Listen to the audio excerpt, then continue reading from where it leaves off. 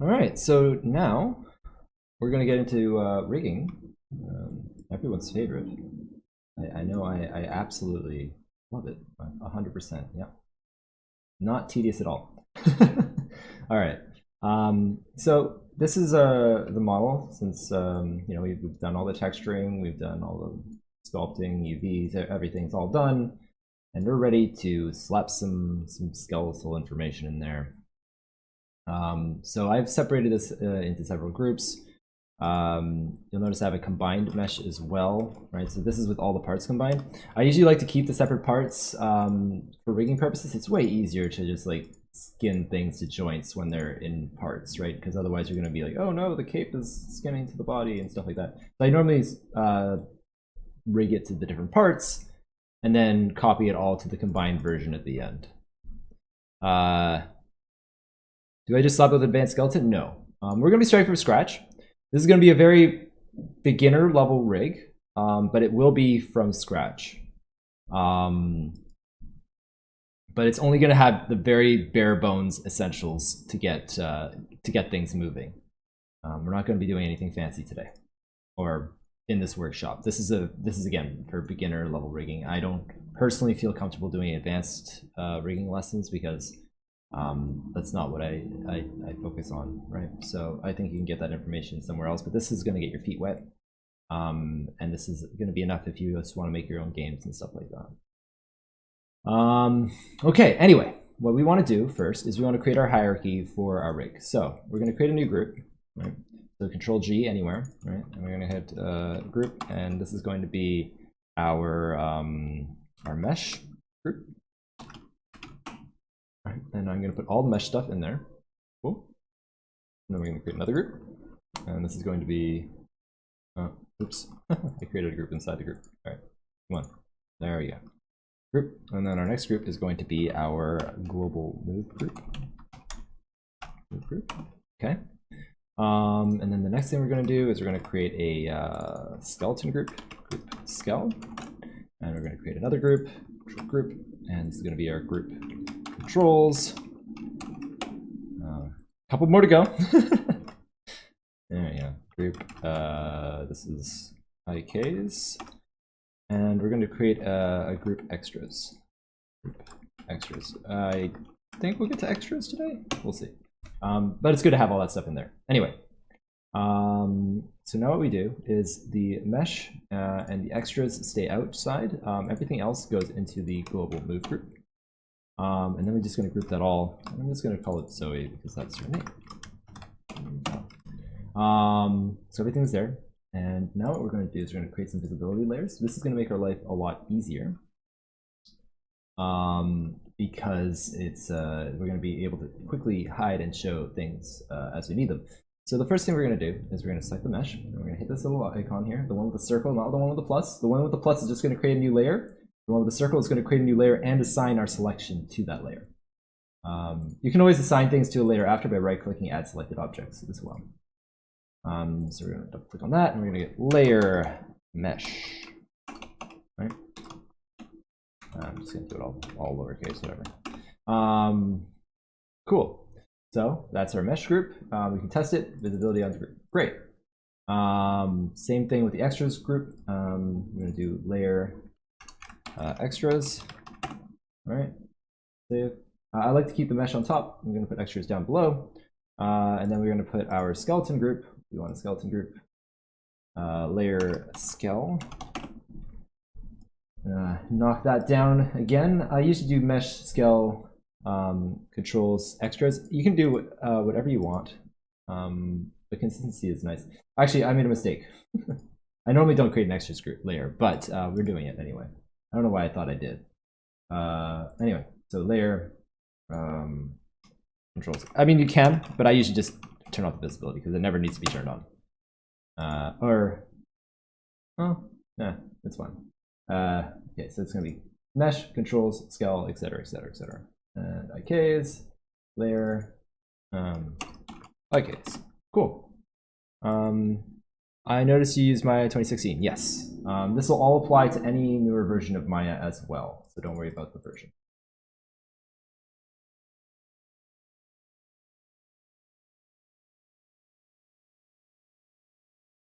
there's a couple reasons why I use 2016. One, I have a perpetual license. I bought it before they cut out perpetual licensing.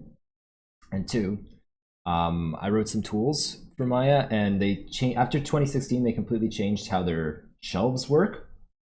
So I can't dock my my tools in any newer version of Maya, which sucks. I'd have to go in and learn how to rewrite that, and I just don't have the time for that. Those are good reasons, yeah. And there's really no reason for me to upgrade because there's nothing new that I need. If there was something new that I needed, I would do it, but there isn't. So there you go. So we've created all our groups, and there we go. We're good. So the next step in the process is to start placing joints. I'm going to hide anything that we don't need, right? So the sword is going to be hidden because we're not rigging the sword. The sword is just going to have a solid joint, maybe a little bit of a joint chain for the cloth. I'm not really going to show that because it's not really anything new or interesting. You're going to see all that on the character herself, so it's not a big deal. We're not going to really be dealing with this right now, and we're not going to be dealing with the cape right now. We don't even really need the hair right there, but it looks weird when you hide everything, so I keep it there. I think there's too much ambient occlusion in the texture now that I'm just looking at it without armor, but whatever. Yeah, cool, great. So now I'm going to actually hit 5. We don't really need to be in texture mode for this. And we're going to start placing our joints. Now, joint orientation is very, very, very important. So there's a very particular way on how I place my joints. And I'll explain why as we do that. So the first thing that we have to do is go into a side or top or whatever area we're doing first. So I guess we'll start with the arm because why not? So we're going to go into rigging. And we're going to select our joint tool. And what I'm going to do is I'm going to create a joint chain down the arm, right? Down wrist and down the hand. Boom. And we're going to move this up, like so. All right. Now, the reason I did that way in one axis instead of just placing it in this way is because I really care about everything being on one axis. Because if this is slightly twisted like this, you're gonna hit gimbal real easy. So I'm trying to avoid gimbal lock as much as possible, essentially. The elbow only needs to bend on one axis, so I want to make sure that that axis is aligned with the upper arm. If it's not, then it becomes a problem, right? So once I have this in place, I'm going to start positioning the shoulder down, right? So the first thing I'm going to do is I'm just going to hit the Z axis and rotate it down. I'm going to switch to template or see-through mode just so that we can see what we're doing. I'm always a little bit, back and forth on where I want to place the joint, but I usually place it like right over the armpit, a little bit higher up. And then we just rotate that down. And now we're going to notice I'm not just going to take this and move it like this, right? Because this is moving in object direction. But watch what happens when I move in object direction. You're going to see it's also moving the Z-axis because I'm not moving in the space of the joint above it. I'm moving in the space of the joint that I have selected, which is wrong. So what I'm actually going to do is click Translate X and move it down. Right? And line it up with the elbow as close as possible.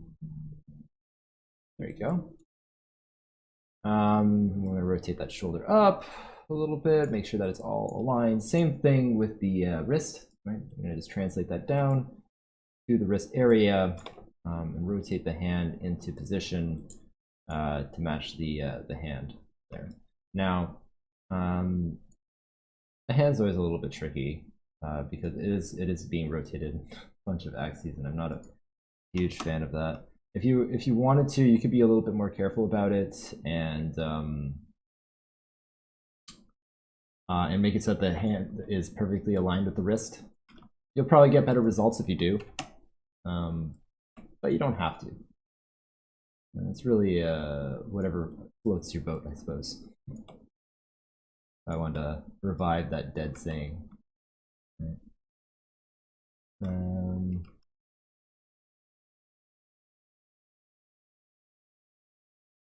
Okay, so that's that. And we'll notice again, like this is only rotated in one axis. Very important, only one axis. Because the elbow is a hinge joint, whereas other joints are full rotation, right? But wherever I can get away with it, I will minimize the amount of rotations necessary because it will give you better results. Okay. So we have our arm. Now you'll notice that I have this extra little joint here. I do not need this for the arm. The arm does not need this. So this is our hand and our shoulder. So we're going to do Bip 001, Biped 001. You can have whatever prefix you want, but prefixes are nice. It's important to have a good prefix. And this is going to be a shoulder. L. Oh, sorry, not shoulder. What am I talking about? This is upper arm. I'm not even consistent with myself. Upper arm. So a lot of engines are going to have their own naming conventions. And if you want to use their built-in tools, you're probably going to want to name these joints according to their rules. I tend not to bother because I like to reinvent the wheel and I animate everything from scratch, which is what we're going to be doing in this workshop. Is we're just going to be doing everything from scratch, and we're not going to be, messing around with all those other little tools. But it is something to be aware of, that naming your joints might matter if you're using any built-in IK systems, or in the case of Unity, if you're using the humanoid systems, right? You'll manually link it. Like in Unity, you can manually link it, and that's what I normally do. But it can automate it a little bit better if you have their exact naming scheme, right? Okay, so we have our joint placements, and are going to continue renaming these. Right? Bip 001 forearm, and then we got our Bip 001 wrist. Hand. Hand, not wrist. Hand. Great. Forearm, shoulder, hand. Wonderful. Now, one thing to keep in mind is you're going to want to have twist joints in your upper and lower arms. We're going to add those in a bit, but we're not going to add them right away. And you'll see why once we get to that point, but just be aware that we're going to be adding them, and we haven't done it yet. The next thing to do is we're going to place the finger joints. So the finger joints, similarly, I'm going to go into the perspective views, right? And we're going to go into this side view, and we're going to place our finger joints like so. Whoops, I already made a mistake. I like to include the first digit up here, right? So that way you can have like finger splaying and stuff like that. And then, right.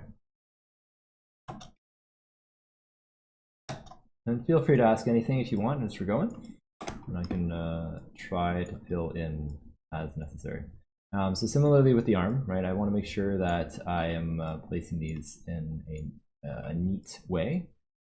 Your finger joints do not twist; they only bend. Like the elbow, they are a one-axis movement. They're a hinge joint.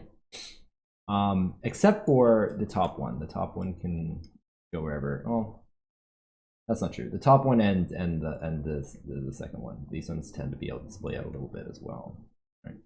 But the ones that are along the actual finger, they do not. So something to be aware of.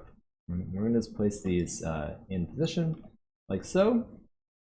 I'm not going to do all the fingers because I've actually done this off stream first, so that I don't have to show the same thing over and over and over again, right? But we're gonna just make sure that this lines up with everything that we need.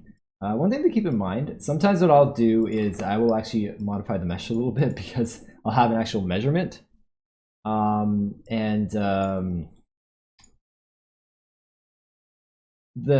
These two joints together, the length of these two joints are realistically on a real hand the same. Because this is like a demon hand, I'm letting it slide.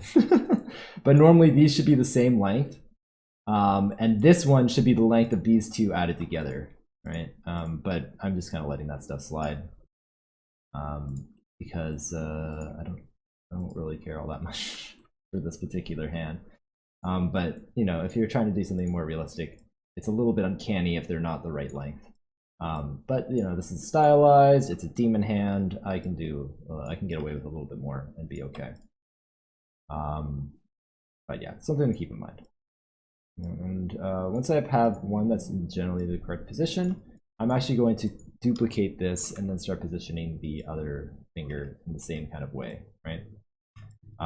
Again, only the top joint can rotate with the finger joints, or with the fingers, sorry. And we just continue on and we try to get these into the correct position. Don't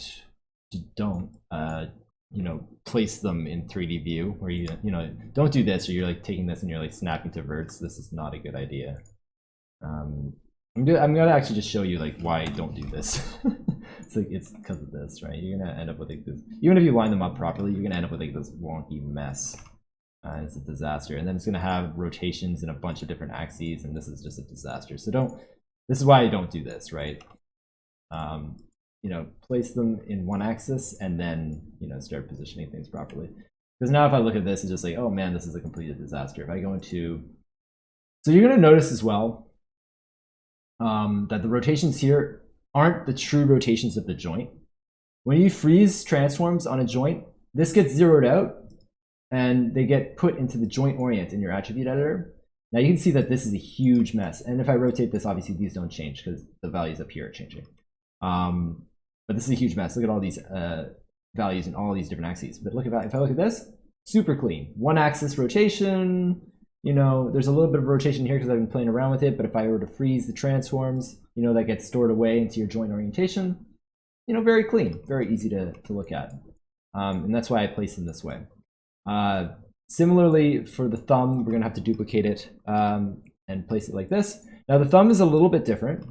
And be very, very careful when you're placing your joints. You want to make sure that these all match. So basically, you want to make sure that the y-axis is pointing up on all the joints and x is pointing down the joint axis. The reason for that is if I were to select all the joints and say I wanted to curl them, whoops, they're the same, I can rotate in the z-axis and they'll just move together, right? If you have different axes, they're not going to do that. They're going to just rotate in the wrong direction. It's not going to be fun. So make sure that you know, your y-axis is up and everything goes down the z-axis. However, when things get mirrored, it's going to be the opposite. Y-axis will be down and the x-axis will be pointing the opposite direction. That's because if you want to rotate, say, this down and you select both sides and you rotate them down, they'll both move down. If they had the same axis orientation and you move this one down, the other one would move up. Which is why it's when it mirrors in that way. Welcome in, Cable and Warodek. How are you doing? This is a rigging stream. It's okay then. Yes. Demon fingers sound like some kind of spicy street food. Gross. Okay, so I don't want to place all these joints because I've done this already. But that's the process. So I'm gonna import my other joints. This should be them. Okay, there they are. So I've already positioned all of these. We're gonna just remove our reference. Boom. Great. So we've positioned all of the finger joints. Wonderful. Now, the next step in the process is to, I'm gonna do all the joint placement first, and then we're gonna worry about controls after. So the next point is the clavicle, right? So how are you feeling today, Steph? I did get the vaccine and I had no side effects. So that's good. Okay. And I'm just gonna position this up. So the clavicle joint, I tend to place where the clavicle would be. I see a lot of people doing it and putting it around here. I really don't like this. This drives me insane when people do this, but there's probably a good reason people do that, but I hate it. It makes me mad. So I like to put it where the clavicle actually is supposed to be, because that's where it would rotate from. And I'm making it stick out in one direction. If you look at some of my other rigs, you'll see that I often point them towards the shoulder. But lately I've been thinking that it might be better to point them straight out to the side. It's easier to rotate that way. Hey Grass, sent you the new trailer on Discord. I think it's the one I'd call finished. Rad. I'll have a look at it right after the stream. Okay. So this is going to be Biped 1 clavicle L. No worries. Awesome. All right. So there we go. We got the one arm. Now, what trailer? Crest and I are releasing, or have released a game, but we have a new trailer for it.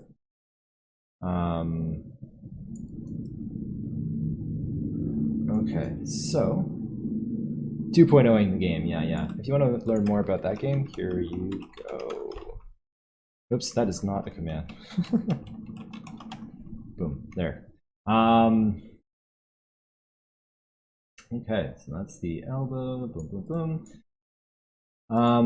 Okay, so what we're going to do is, next is going to be the spine.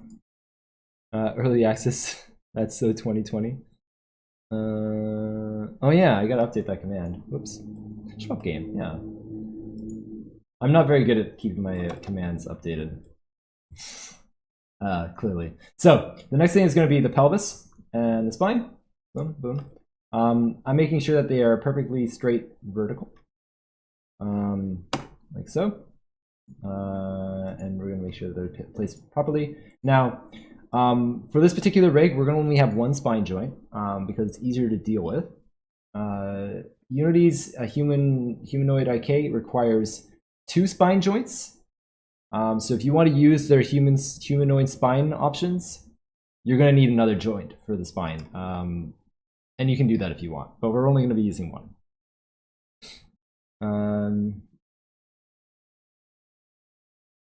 No, I don't think I'll be doing that with our deck. It's very easy to do though. Now, we place one at the bottom of the neck. The head joint is usually just below, the ear area. I should have hidden everything actually, hold on. So I'm going to isolate select this. Now, the neck joint goes around the base of the neck, boom. And the other one goes just below the ear. Like I'll put it probably around here. Not too far up, but not too far down either.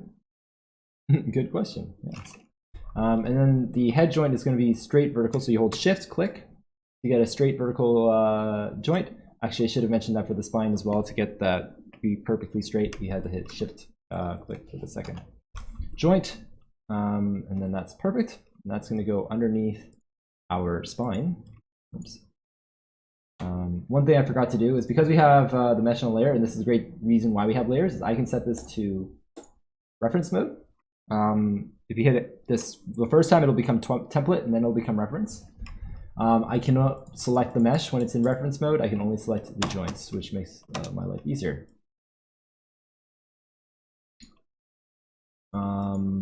Great. So that is the placement of the spine and the pelvis.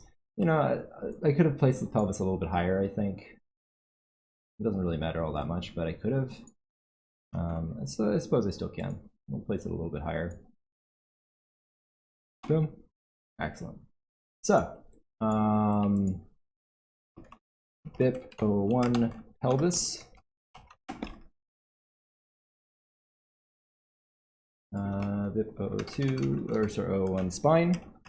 And if I was to have an additional spine joint, I'd hit like spine 1, spine 2, etc., etc., etc. And then this is going to be BIP 01 neck. And then we got our head joint. Boom. And this is going to be, I usually call the end joints nub, so head nub. Head nub. All right. One thing I like to do too is all the end joints. Usually this doesn't matter, but if you're doing a stretchy rig, it does matter. I want to make sure that in our attributes that our joint orient of the end joint is 0. By default, it's going to be in world space 0, but not 0 relative to the joint above it. So if I was to like unparent it, then it would be then it would have been 0, right? But because it's parented, I would need to set it to 0 manually. Okay, so that's our spine, right?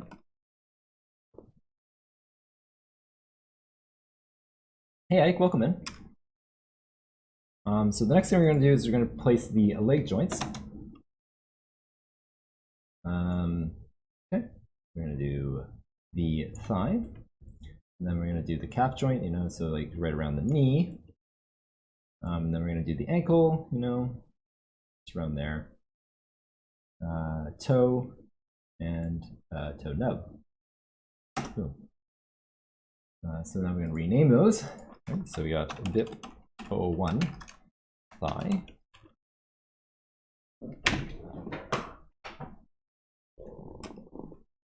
All right, and then we got our Bip 001 calf. And then we got our foot. And toe.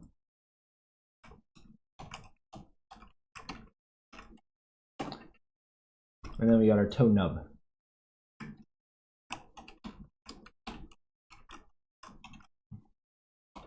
Boom. Okay. Wonderful. We're going to position that. Keep it relatively straight, right? Well, completely straight. So our joint around the hip is actually close to the outside of the silhouette, I guess you could say. Then we got our knee, ankle, etc., etc. If I wanted to, I could have probably rotated this a little bit, but I'm not gonna. If I keep this straight, it just makes my life very, very easy, and I'd rather not complexify my life as you know, as needed. Hip control, yeah. Gotta have the hip control, right? Now, so we have all of these, and that's wonderful. So what I'm going to do, before I mirror everything over, we're gonna have to create our twist joints. Do you have a, yeah, we will be creating a reverse foot momentarily. Not to worry, we'll get there. But I have all my joints placed, so that's good. I'm gonna hide my mesh because I don't need it right now. Reverse foot, I'll explain, Warhoduct. Don't worry. Oh, one more joint I forgot to add is the root joint, right? So the root joint is going to be at the origin of the world. I see a lot of rigs that don't have this. It's much better if you have it. There's two reasons. One, it's for root motion. We're not going to cover root motion, but if you want to have things like animate in space in Maya and then use that translation to move your model in the game, that's root motion. You'll have to research that separately though, because that's a little bit outside the scope of this. The other reason is because the base joint is going to be the origin position of your character. So if you put it up here, it's going to be the origin of your character is not going to be at the 0 space or at the 0 point. So it's good to have a joint that's at the origin. And I usually just call this Bip 001 root, like so. And another thing I like to do is I like to make sure that all my joint sizes are the same. So you can select hierarchy. I have this hotkey on Alt-N, but you can do whatever you like. If you want to do select hierarchy, you can also do it this way. So you go to select hierarchy there. But I have it on Alt-N. That's not like that by default, but I did it. I'm going to set these to 1. Somehow I don't feel like... Okay, it did. All right. I'm going to set them to 1. Anyway.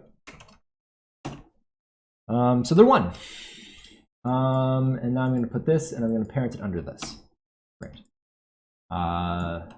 Okay, so the next thing that we have to do is we have to create our drive chains. Now, because this is a very beginner rig, we're not going to have space switching on the limbs. We're going to use the one that you're most likely going to need, or the only one you're really going to need to do general cycles like run, jump, idle, etc., etc. For those basic movement mechanics, this is going to be all you need. But if you're doing something complex like a flip or something like that, where the character has to like spin around and stuff, space switching is very, very handy. But again, that's kind of outside the scope of what we're doing. But I will explain like what you need to know or what you need to do to make that work. So in order to create, so what we're going to do is we're going to create an IK on the leg and an FK on the arm, because that's usually what you're going to need. We're not going to be like planting the hands on things or anything like that. So this will do just fine. Yeah. Okay, so we're going to create a double of the arm and the leg. Oops, I also forgot to put my suffix on here. So we're going to do that. That's important.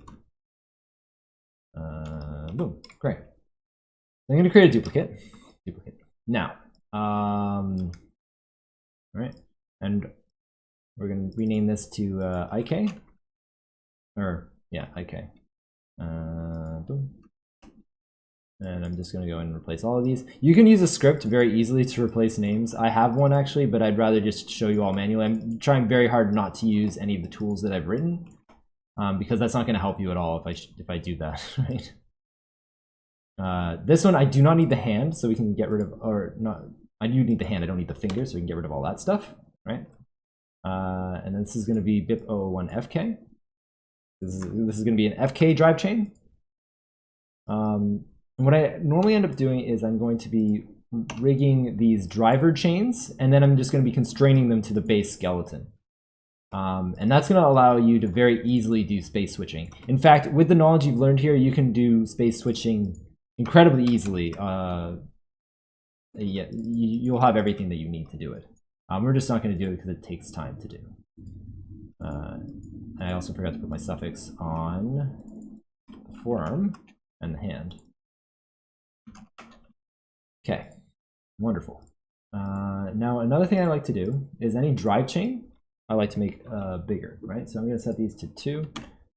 This is still pretty tight, so maybe you want to set it to like 3 or 4 or something like that, so that's very, very clear where those are, right? Perfect.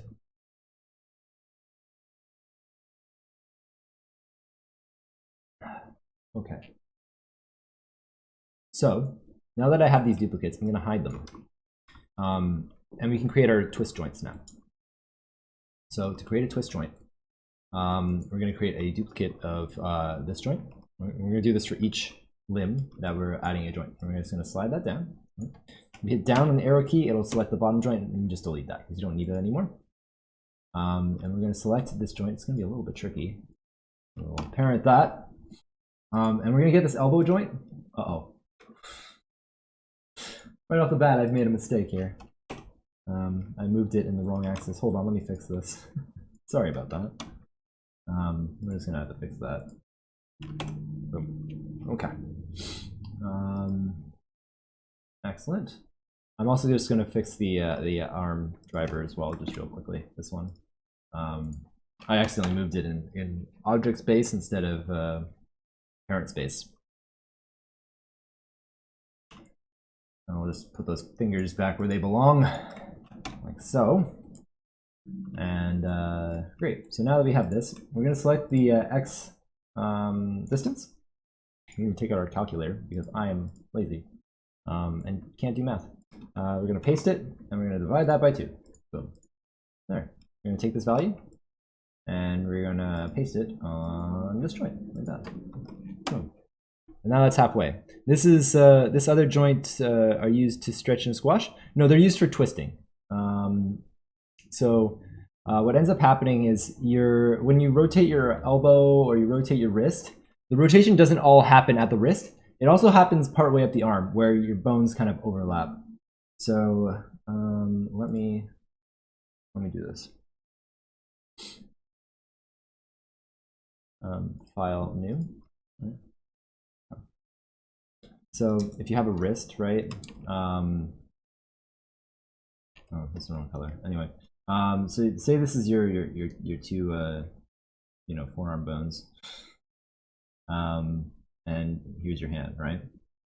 If you rotate your wrist, it doesn't just rotate here. What ends up happening is your wrist rotates, right? So your hand is now rotated.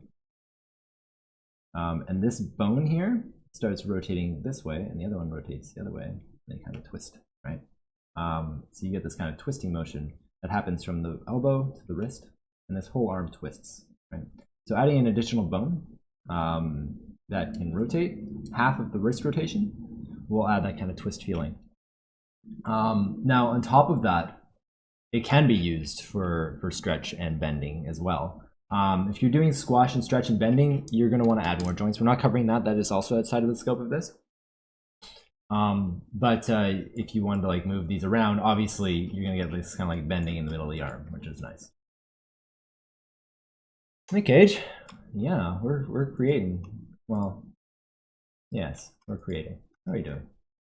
Now that I positioned that properly, I'll just parent that, like so. The next step is we're going to duplicate this one the same way we did before and move it down. I'm going to check the hand, make sure I didn't screw that one up as well. I didn't. Good. Okay, so we have that selected, and then I'm going to go down, delete that extra hand, and we're going to just parent this to this. Boom. Another thing I didn't mention, but it's something to consider as well, is like the length of the forearm and the upper arm, right? I usually try to make them similar in length, including the hand, you know, well, at least part of the hand. So something to keep in mind as well. Like if this is like super short and if my forearm was super long, it's probably gonna look a little bit funny. It's in his name. That's right. That's right. You gotta do what you do, right? All right, we're gonna just get the other value for this. Same thing. So, and we are going to paste like so. Wrong. No, wrong. There we go. Keep pasting the wrong value. There we go. Cool. So we have that. And we would do the same thing for the leg. I don't think I will, though, because of time. So what I'm going to do is I'm actually just going to take my joints and I'm just going to do the leg one. I'm just going to take the leg that I got. So bip of one thigh. Hold on, where is it? Yeah, so just so they don't have to do it twice, I'm just going to take the thigh on both.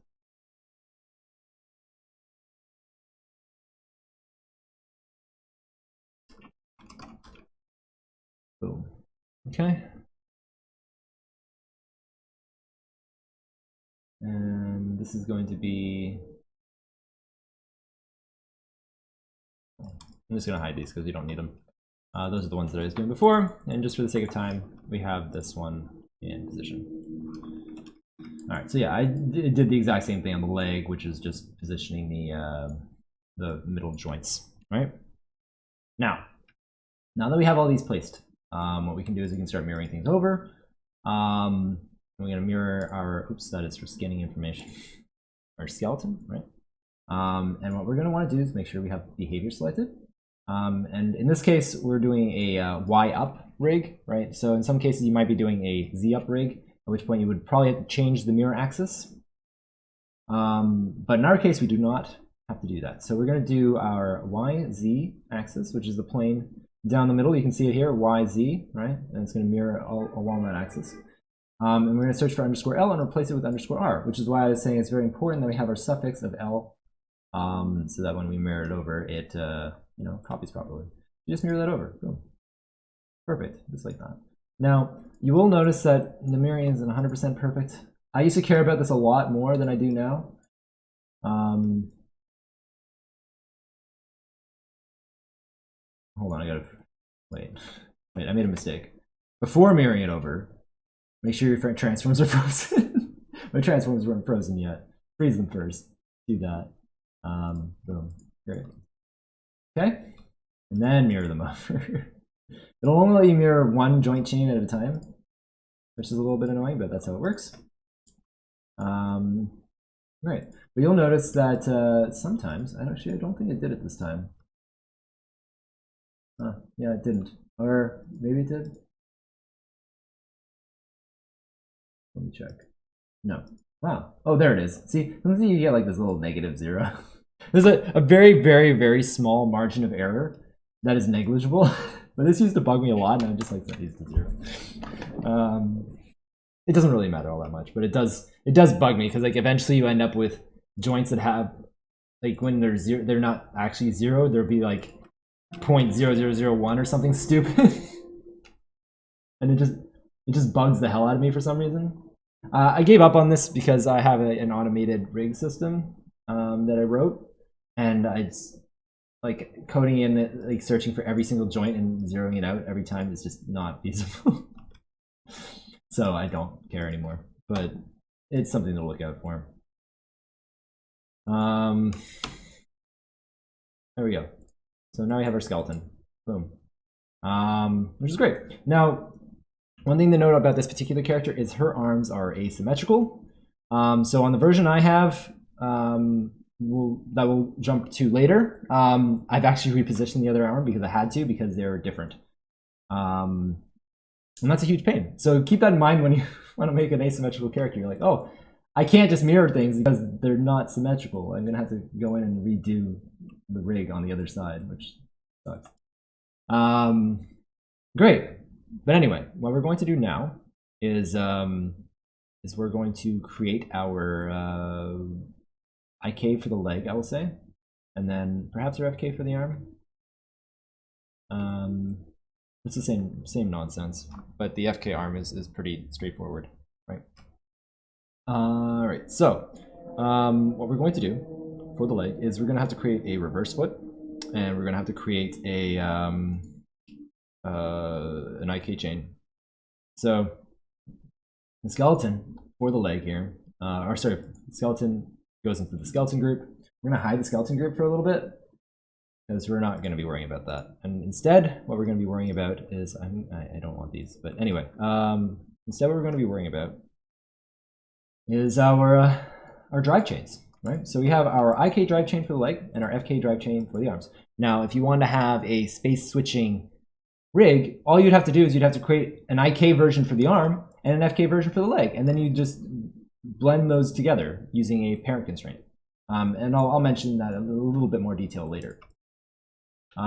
So what we're going to do is we're going to create an IK.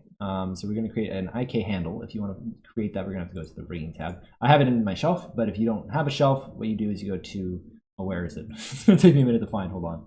Create IK handle, great. Hit the little option box first, because you might not have your settings set by default. Make sure it's rotation plane solver, solver enabled, snap enabled, and all these settings.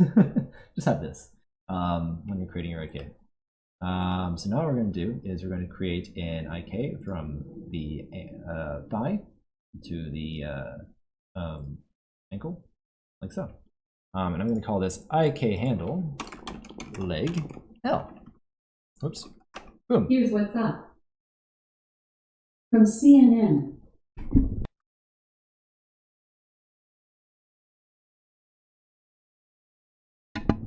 What the hell?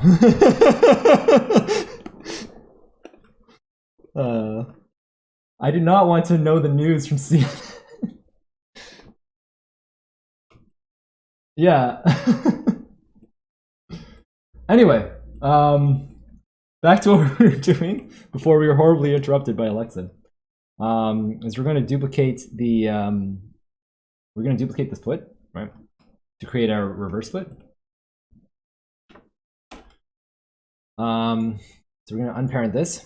Shift P. Right, that's going to unparent those. Also, I'm going to want to make these bigger so that I can see them. I'm going to set these to be 4, so they're nice and easy to click. They know what you're thinking. Amazon owns you now? Yeah, but what else is new?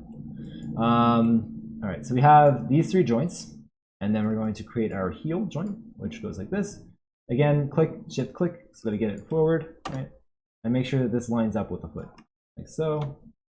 I'm going to show the mesh again, because this one's a little bit important, right?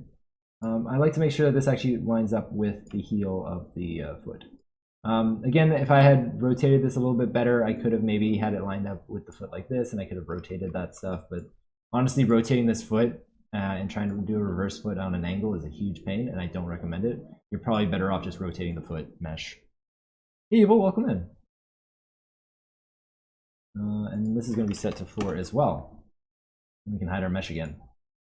So this is where things get a little interesting, right?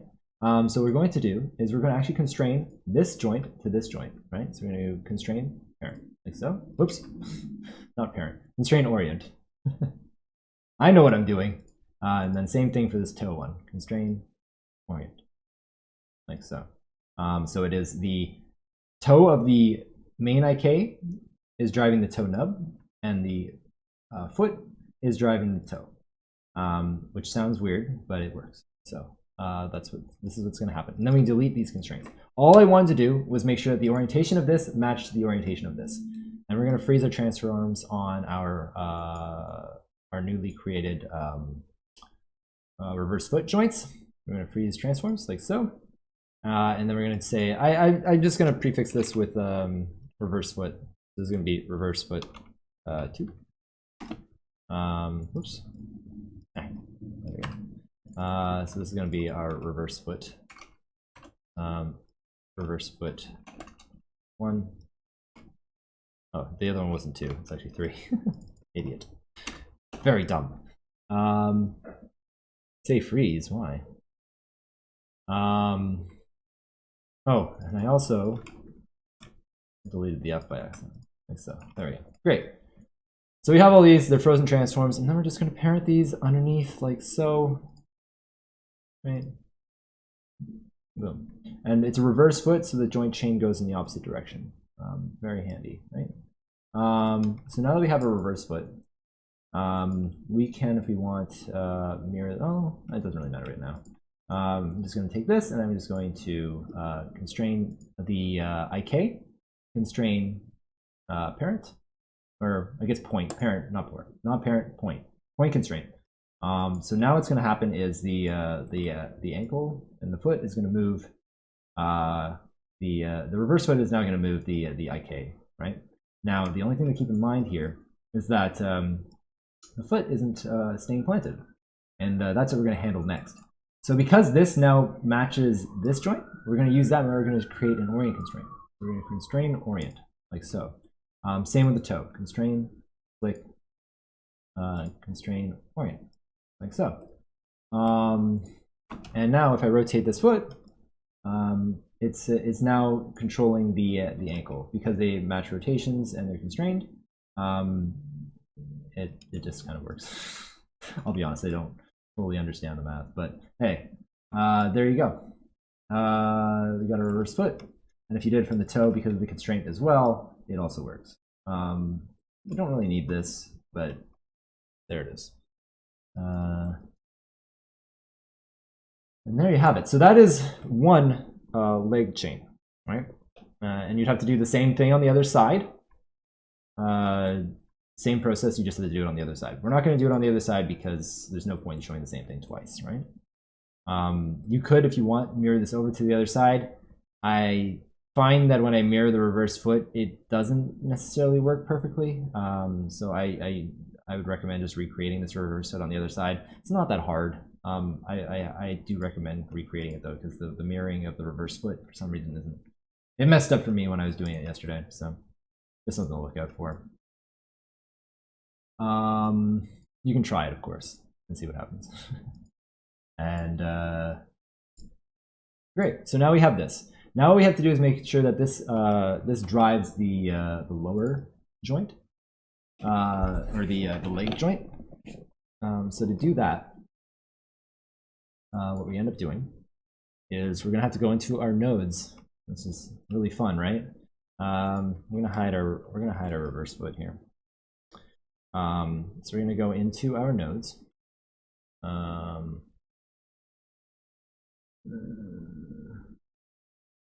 Wait, I gotta show my skeleton again first. Show skeleton. And we're gonna go into Windows Node Editor. Node Editor. Excellent. Excellent. We're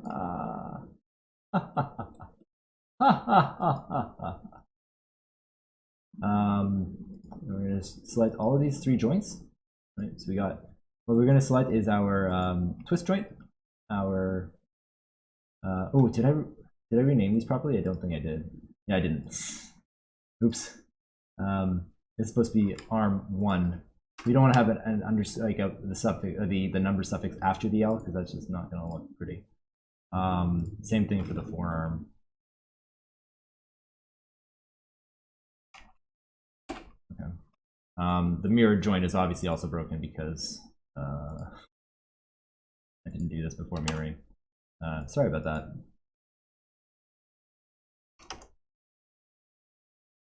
I'm learning croissant. Oh, good. Okay, back to this. So I just noticed that the naming might have been wrong. We're gonna just add these things to our graph, right? So we got our IK thigh, right? And we have our bind joints, right? And what we're gonna do is we're gonna hit 3 on all of these, and that's gonna expand the attributes. And what we're going to do is, because we were going to connect these to the joint, we're not actually going to do a direct parent constraint from this to this. And the reason for that is because we want to disperse the X rotation along multiple joints, right? So we're going to hit tab,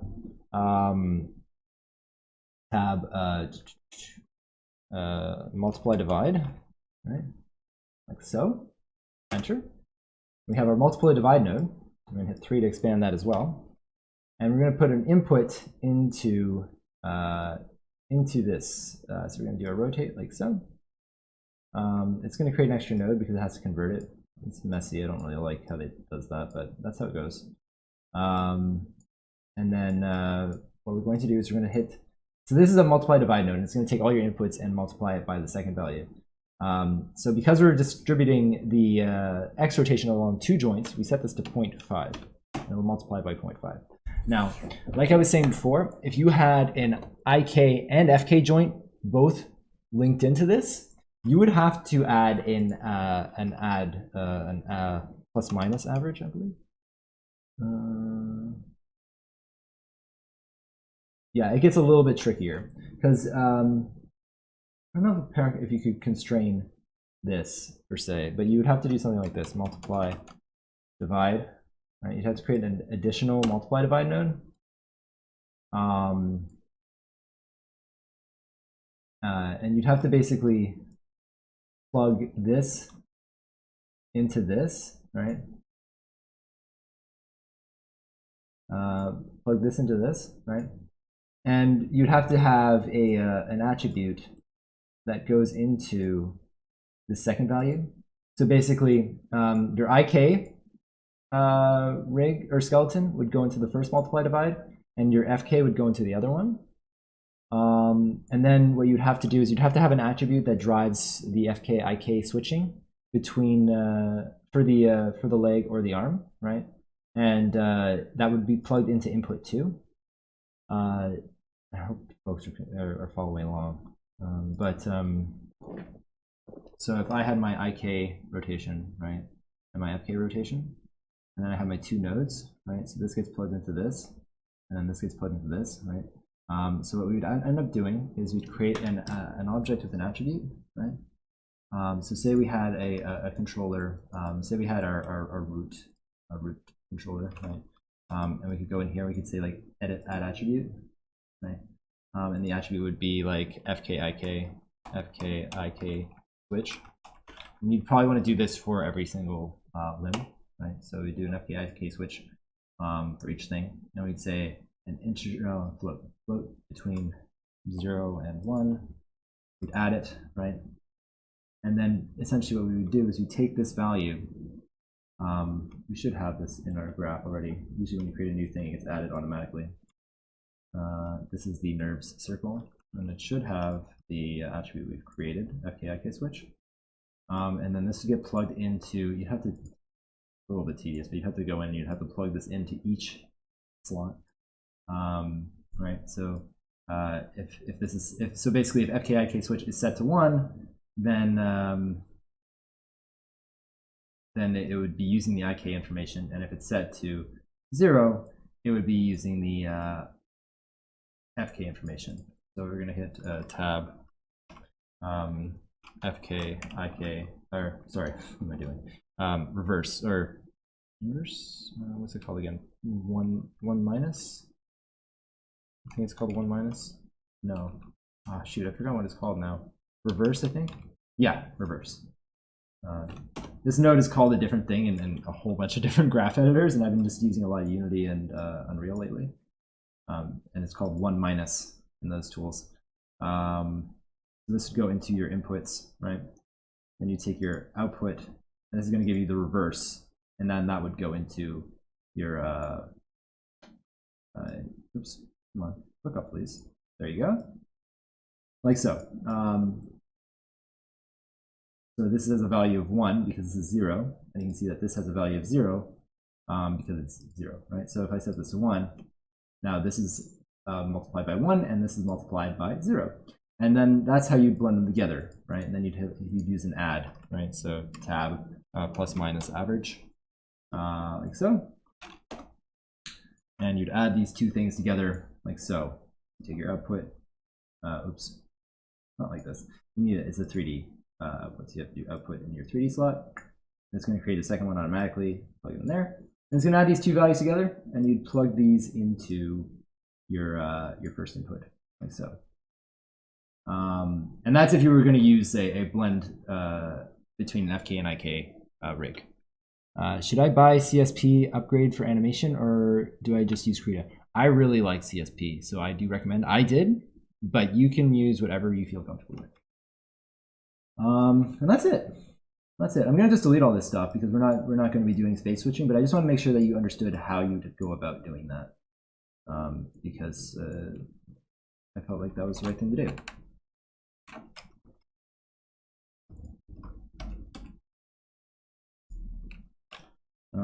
Anyway, we're not worrying about that though. So now that we get our input into our multiply divide node, we're going to take that and we're going to plug this right into our rotation of our main joint.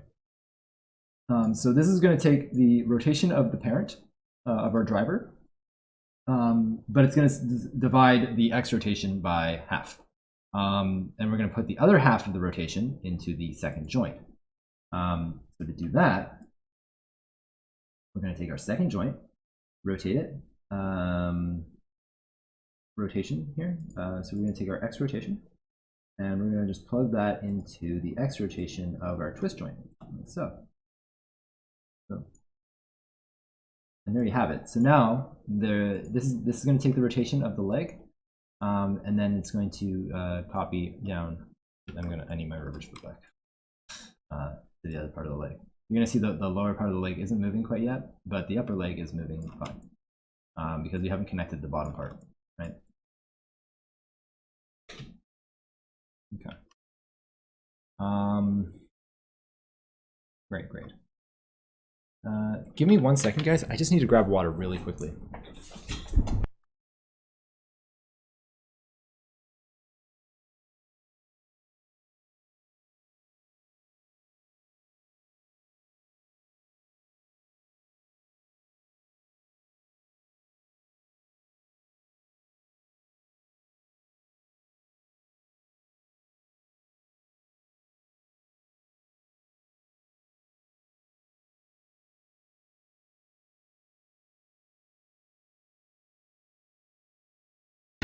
All right, thanks for that.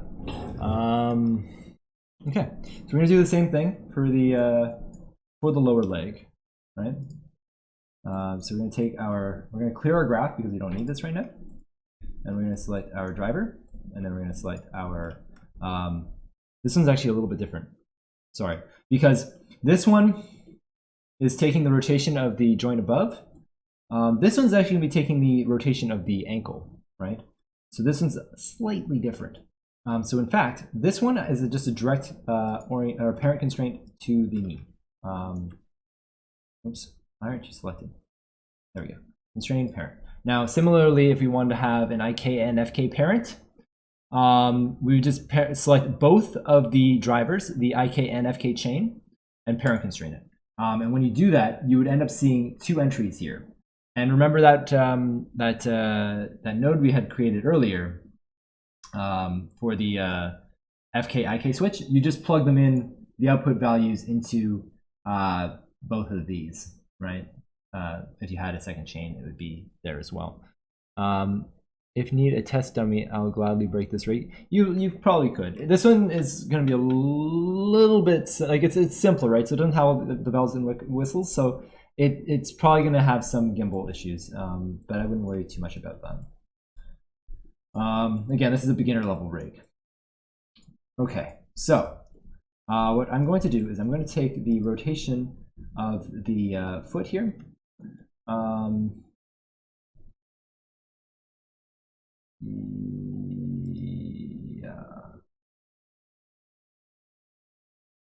Yeah, so this is a little bit finicky.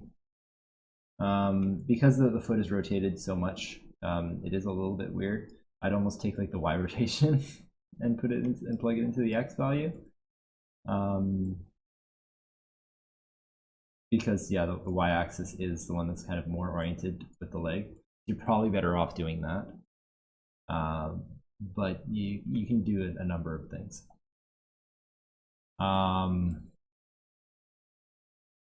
Now, so I'm going to add this and this to the, come on. Wow, that's annoying. It makes me real mad. I said select this and this. There you go. Jeez. Oh wait, I don't think I selected the right thing. Never mind. I'm an idiot. It's fine though. It's fine though. It gets a little bit muddy to see. I should have made these joints bigger, but it's okay. We have our IK foot and our calf here. We're gonna hit F, oops, 3 and 3. And now again, like I said, I probably suggest using the Y rotation. Yeah, because the Y rotation kind of rotates in the same axis as the X. So I'd recommend using that instead. Right, so tab plus minus no, multiply divide. Like so. Also, just a heads up, we're not going to be doing skinning today. Skinning will be next week. We're just going to get the control rig working. So we're going to do visibility, scale, rotation, right? And I'm going to take my Y rotation. I'm going to plug it into the X because that's what we're doing. Right, and then we're going to take our output X and put it into our rotate X. Rendering, well, we already covered that.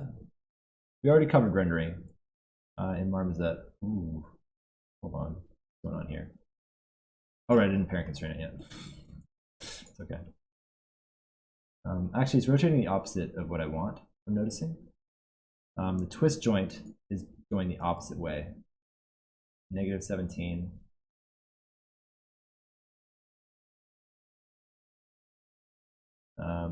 Yeah, so actually what I wanted to do is the opposite. So I'm going to do a reverse.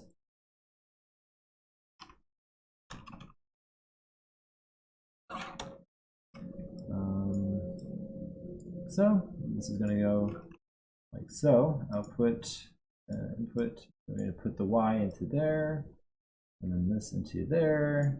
I'm going to delete that. Don't need it. I'm going to just test that out real quick.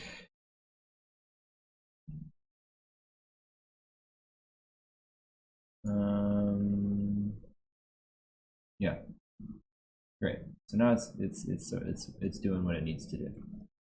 If I rotate this now, whoops.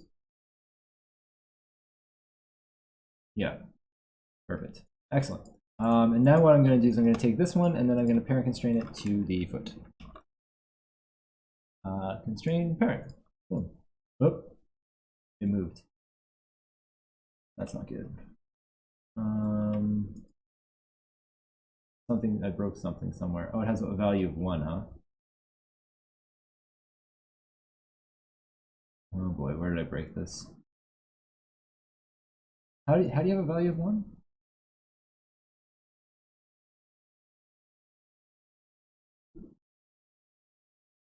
Oh, I made a mistake. It's not a reverse node we need, it's a multiply node. I have to multiply it by -1. Tab multiply divide, like so. There.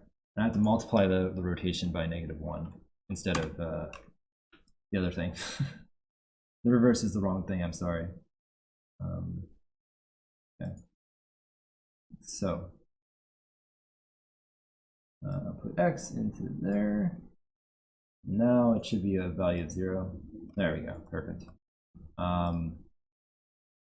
Take this, and this, oops, and this. There we go, constrain parent.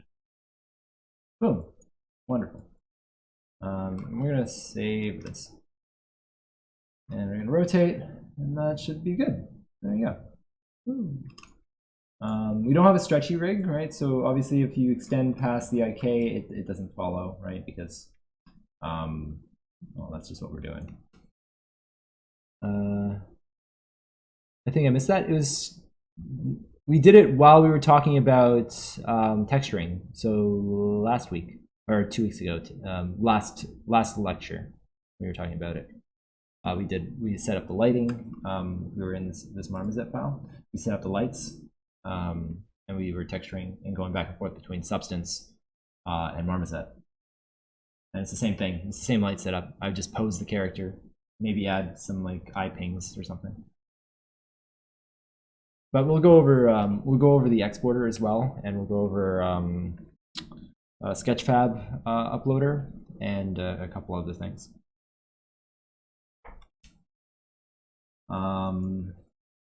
Great. So now we have our drive chain. Use late Mesa here early. Looks more like a dragon girl. She is.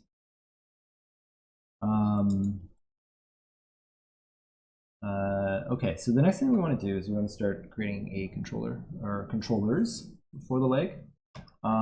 So how to create a controller for the leg is we go into I like to create like a nice little simple box. So what we're going to do is we're going to use the custom we're going to go into the create. Where is it again? Where is it? Again, I have a shelf, so I always forget where it originally was. Where is it? Create. I'm looking for the CV curve tool. Oh, it might have to be in modeling. Yeah, okay. Curves.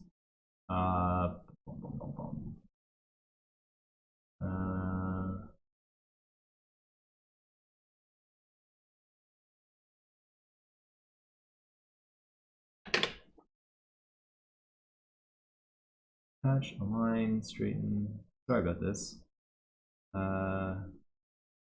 Is it? I swear it's under create, right? Curve tools. Ah, there it is. CV curve tool. There it is. Tool settings. Make sure you set this to 1. We're creating a box. I'm gonna hit X. There we go. Click, click, click, click, click, click, click. There, done. And then we're going to position this here, like so. And then we're going to select our verts 8. Make sure that this is snapped to the grid, like so. Boom, boom, boom, boom, boom. Oh, that's not the grid. There. Okay. And then we're going to just scale this out. Make sure that it's visible for the mesh, like so. And position it like that. There we go. And we're going to call this CN foot L. CN, well actually I like to put my my tag in there. Foot L, great. And this is going to have we're going to put our reverse foot under this. I like to make it the pivot of the ankle. The reason for this is because we're going to have other pivots along the bottom of the foot that we're about to create.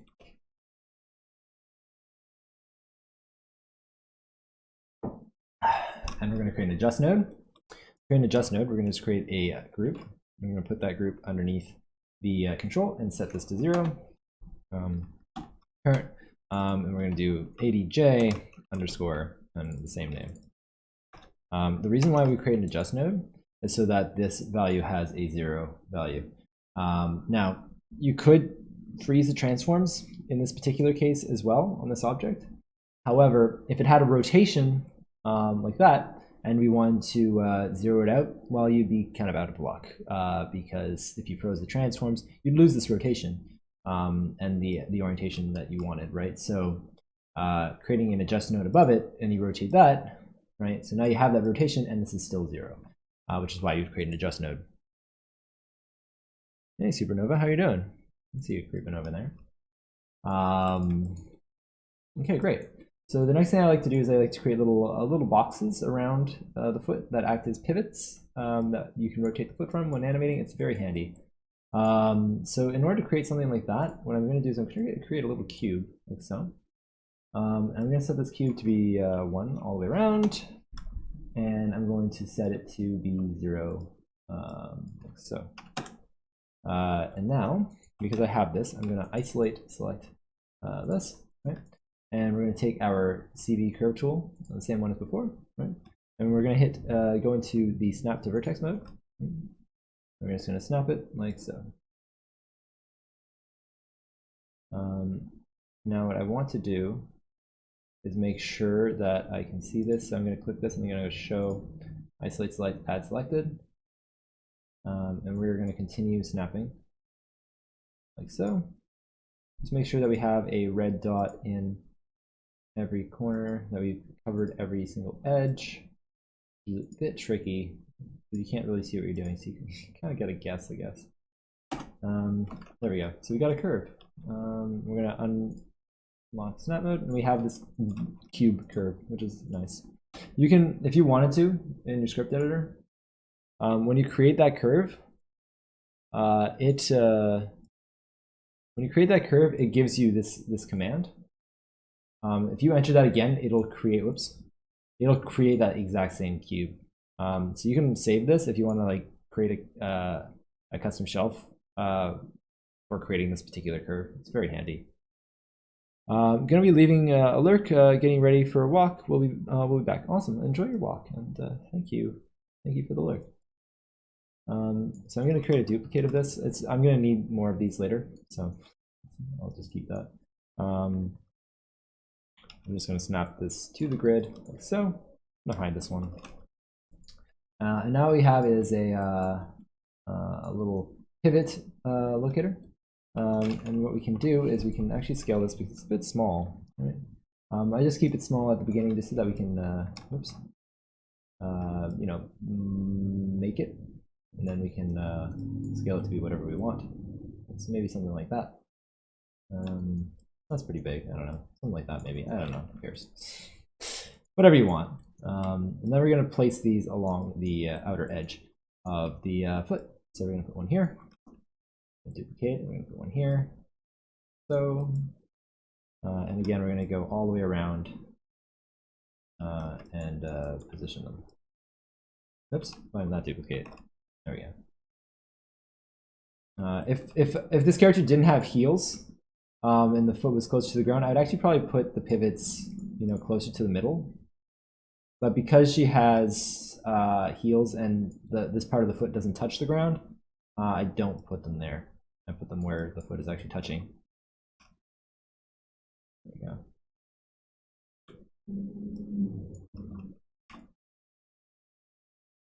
Like so. And that's that for the foot. I think this one can move back a little bit. I usually like to keep them aligned with the same edge in the topology. So many controls, yeah. Trust me, as an animator, the more control you have, the better. It's nice to be able to put things where you want them to be. You don't want to go too crazy, of course. What you'll normally do is you'll create attributes to hide and show parts of the controls so that you don't have them all in your face all the time. But if you want to delve deeper, then you have the option to kind of show those controls and get in there, right? But the great thing about this is now I can pivot the foot from any of these locations. And if you look at any of the rigs that I put out, they are built this way. And now what I do is I go all the way around the foot and I parent these like so. Right? Just for the sake of time, I'm not going to create an adjust node for all of these. I'm actually just going to freeze the transforms because these don't not have any rotations on them anyway, so it doesn't really matter. But you know, maybe you want to create adjust nodes like we did for the foot, and you can. There is absolutely nothing stopping you. So now that these are parented, I can rotate from any of these pivot points, and that's where the foot will rotate from. So what I'm going to do now is I'm going to make sure I name all these. Right, we're going to go bip 001 curve. Oh, sorry. I'm just going to call this reverse foot. Oh, and it also has to start with a CN. You can use whatever convention you want. This just happens to be my convention, right? Reverse foot. Then we're going to go here, reverse foot 1, reverse foot 2, 3, etc. So what you're going to have to do as well is you're going to have to copy these over to the other side. To copy these over, you can't just mirror it over. Well, I guess you could if you wanted to. You could probably like duplicate it, group it, and then scale it like this, and then freeze transforms, and it would work. Yeah. Actually, yeah, that works fine. Then you just have to rename these or add the suffix of L, right? And these actually need the suffix. Sorry, the other ones need the suffix of R. These ones need the suffix of L, right? But I'm not going to do the other side right now. But that's one way that you could create the other side pivot, and it'd be fine. The only reason this works is because I froze the transforms, by the way. If you had used adjust nodes on each of these, you'd have to position them manually. If you want to position them manually, essentially what you'd have to do is you'd take these guys, duplicate them, shift parent, and then you'd go through each one and then switch the X to be negative, right? Like so. And you go all the way around like this. This is actually how I recommend doing it because, again, if you wanted to have an adjust node, you could. But I won't, so. There you go, and then I'm just going to freeze these guys because I don't really care about adjust nodes in this particular case. Great. So the next thing that I want to do is I want to create a toe controller. So the toe controller will be something like this, where I'm going to create a circle. Right?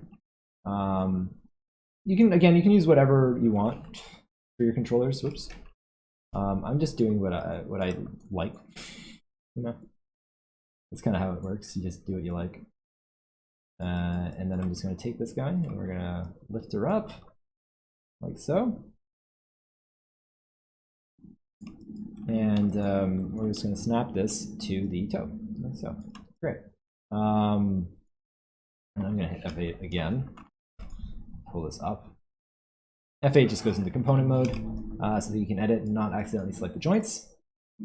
Now the issue here is that this is not matching the rotation of the toe controller. And I don't want to match the rotation of the toe controller because then you're going to get like this angled controller, and I'd rather have something that's just, you know, straight oriented with the world. It's easier. So in this case, what I'm actually going to do is I'm going to create a locator.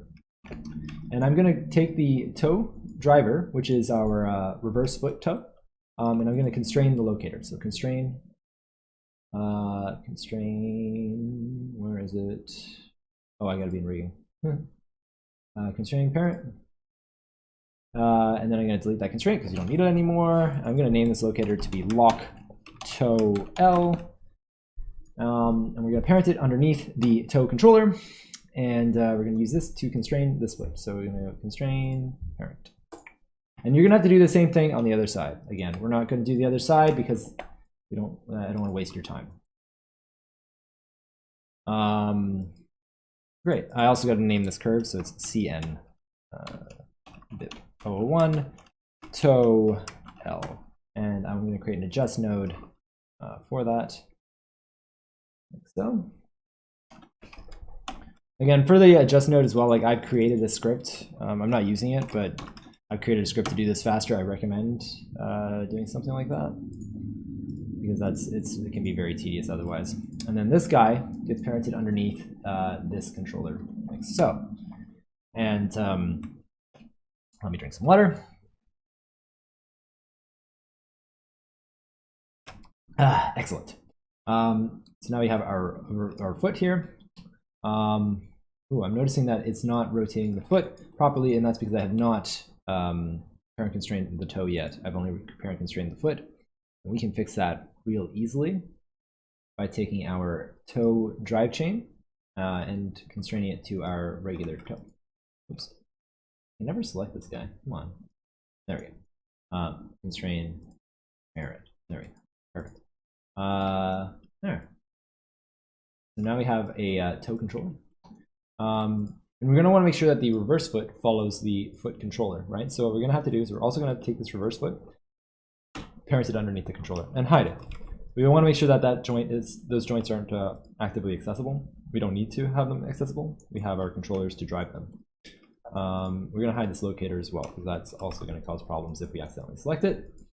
Now, the last thing we got to do is take our reverse foot controls and put them underneath the foot and change the colors.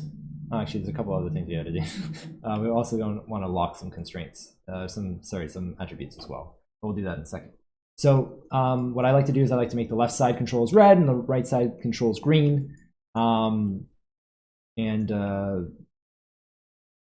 That's what we're going to do. So to do that, we're going to have to go into our attribute editor, and we're going to go into our shape node of the object. So you select the object, and you'll see like you might have this selected by default, which is the actual transform of the object, but we want the shape. And we're going to do object display, drawing overrides, enable overrides, and then we can pick whatever color we like. I want it to be red. Boom. And you're gonna have to do this for every single controller, which is awful. And I'm sorry. I'm sorry that it's that way. But yeah, you kind of have to do that. Oh, there it is. That's the one I wanted. Now, I have created a tool to do this, but otherwise you're gonna have to go through each control. I should have actually colored these before I duplicated them. That was kind of dumb on my part. And for that, I'm sorry. But yeah, you kind of got to do that. I'm just going to use my my tool for this, just so that we don't have to watch me do this. But I've shown you how to do it, right?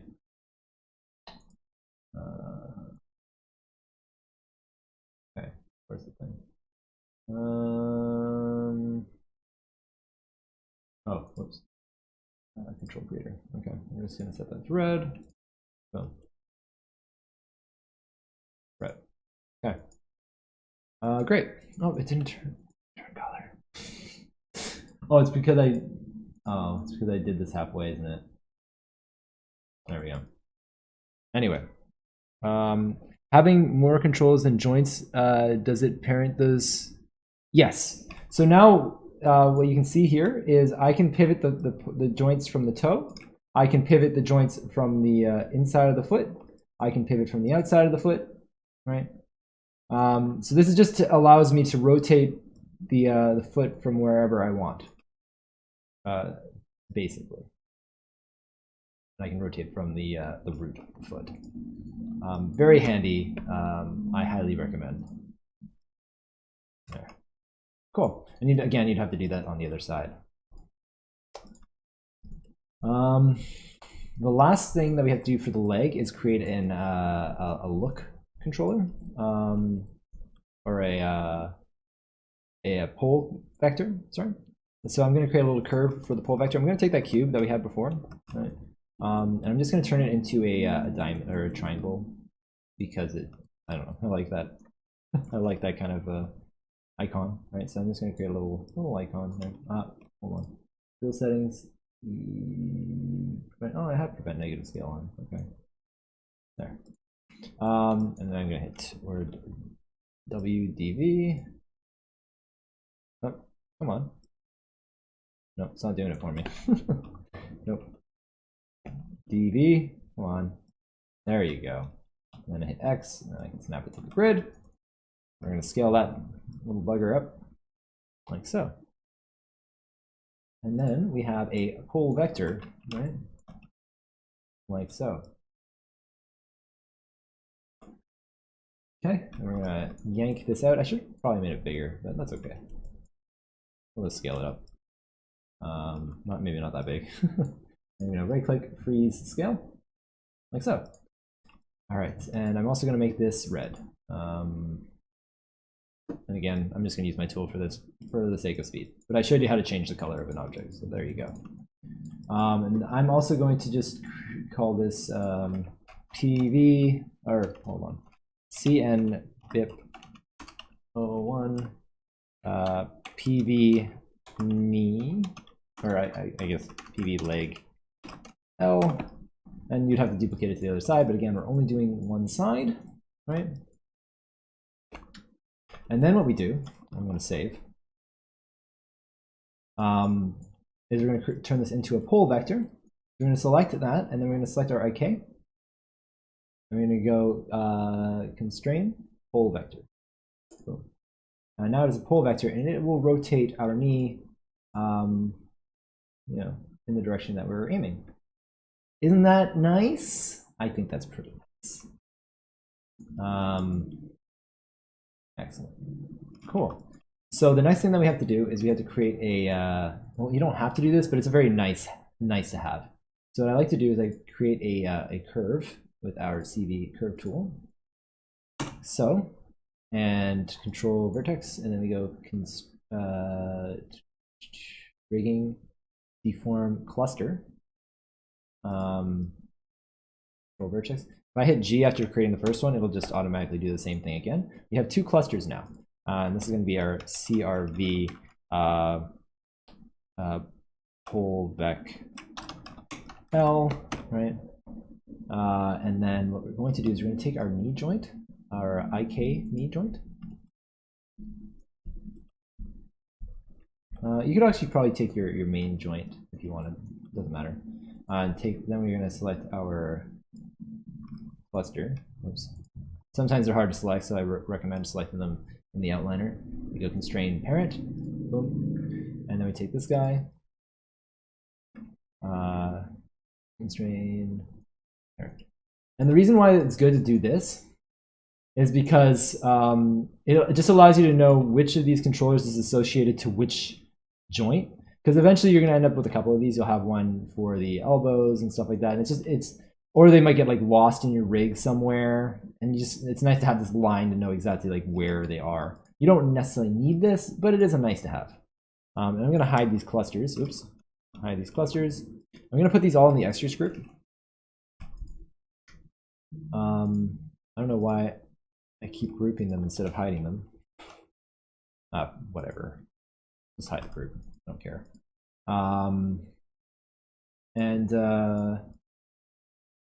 Then what I'm going to do is I'm going to set this to a drawing override as well.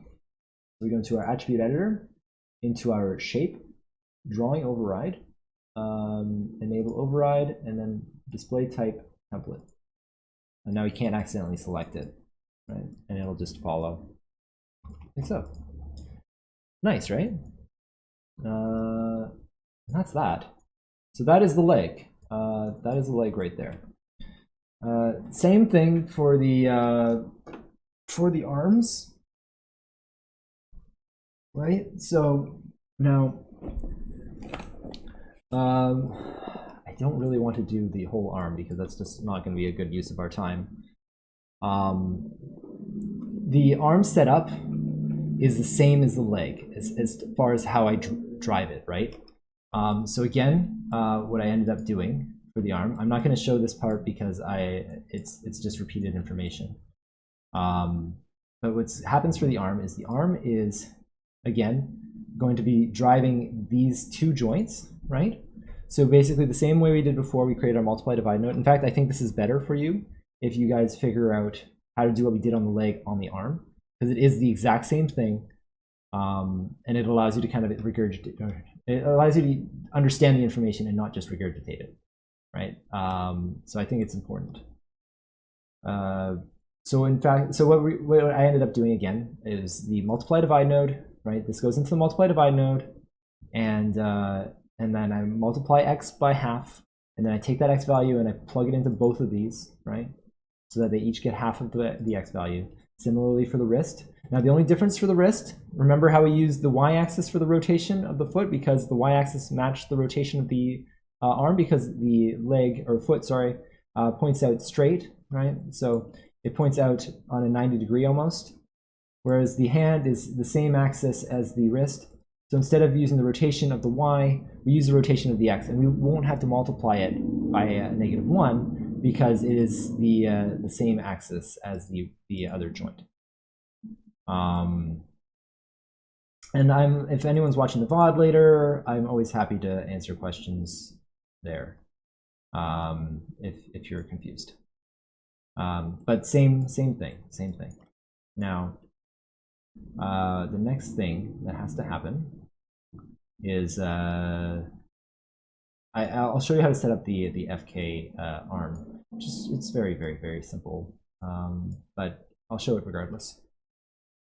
So what we have to do is we have to take our foot control, our box that we created earlier, right? So we're gonna just unhide it. We're gonna group it. Oops. Actually, let's rename it. So we're gonna call it CRB. Again, I'll create the FK driver because we haven't done FKs yet. And that will be a nice something different, right? So I think that'll be good for us. Sorry, that's not CRV, CN, right? CN BIP 01 upper arm L, right? I put two P's in there by accident. We'll just group that. And we'll create that adjust node. Remember before I was parenting the group underneath the controller, I did that because the control wasn't at the 0 position, but if it is at the 0 position like this object is, I can just group it and it's fine. No big deal, right? I'm gonna hit F8, and I'm gonna make sure that this is actually moving down the x-axis. Oops, hold on, there we go. This is on the x-axis. The reason why I'm having it on the x-axis is because the joint travels down the x-axis, right? So if you look at the orientation of the joint, oh, come on. There. See how the x-axis is pointing down the direction of the arm? So that's how the controller is going to be facing, right? So what we're going to do is we're going to take our shoulder and we're going to go constrain parent, like so. Boom. We're going to remove that constraint. We do not need it. And I'm just going to scale up this controller. Make sure that you can see it on the outside of the arm, right? Oops, not like that. Just make sure that you can see the controller on the outside. We're going to make sure that we actually color this ahead of time this time. So attributes, shape, enable overrides, we color it to red. Boom. Oh, one other thing I forgot to mention. I'll mention it later. Hold on, I'll cover that later. Yeah, great. So we got our rotation, and we're going to freeze scale because we don't need that transformation. Freeze scale. And we're going to create another one for the forearm, right? Forearm, like so. And just copy and paste that there. And that should be good. And then we're just going to take our, we're going to hide our mesh again. We're going to take this and we're going to go constrain parent. And we're going to hide this. Or sorry, not hide, but we're going to remove the constraint because we don't need it. We just needed it to do the initial orientation.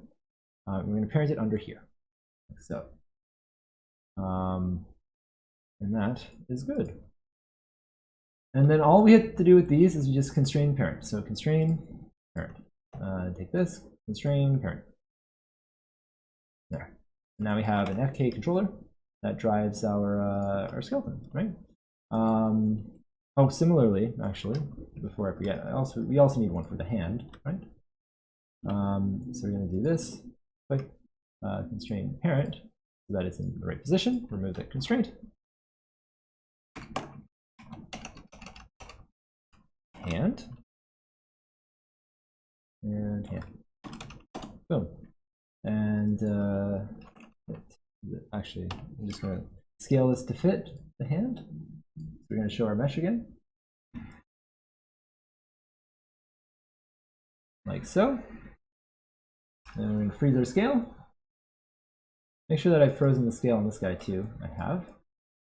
That goes under there. And then we're going to hide our mesh. And click this. Constrain parent. All right. Now I do need to create a control for the clavicle as well. So I'm going to just create a duplicate of this because I like the shape of this and it makes a good clavicle control. All right, and I'm going to click this and then go here, constrain parent. We do have to rotate it to fit. I like to snap my rotations because it makes me feel better. So I'm going to set the orientation to be object, set the rotation to be relative snapping, 90 degrees, and we just snap it there. I like clean rotations. Don't mind me. Clean rotations make my day. And I'm just going to move this off to the side like so. Okay. And this is going to be the BIP 001 clavicle L.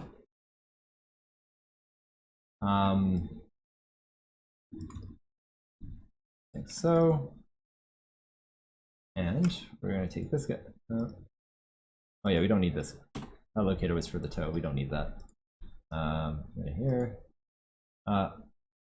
Yeah. This is oriented there, and then parent. Now we can. Oops. I also have to make sure that these controllers are underneath the clavicle, like so. And now this all moves together. Make sure I'm not in relative mode. Ah, look at that. Fancy that, right? Okay. And now what I'm going to do is, I suppose I do want to show you if I were to create a right side of this, this controller would be a little bit different, right? So if I was to mirror it over, this is kind of generally about controllers, right? So if I was to rotate or mirror this over, like so. Right, so we mirror our controls over. Like this, obviously, like these controls are obviously not mirrored over.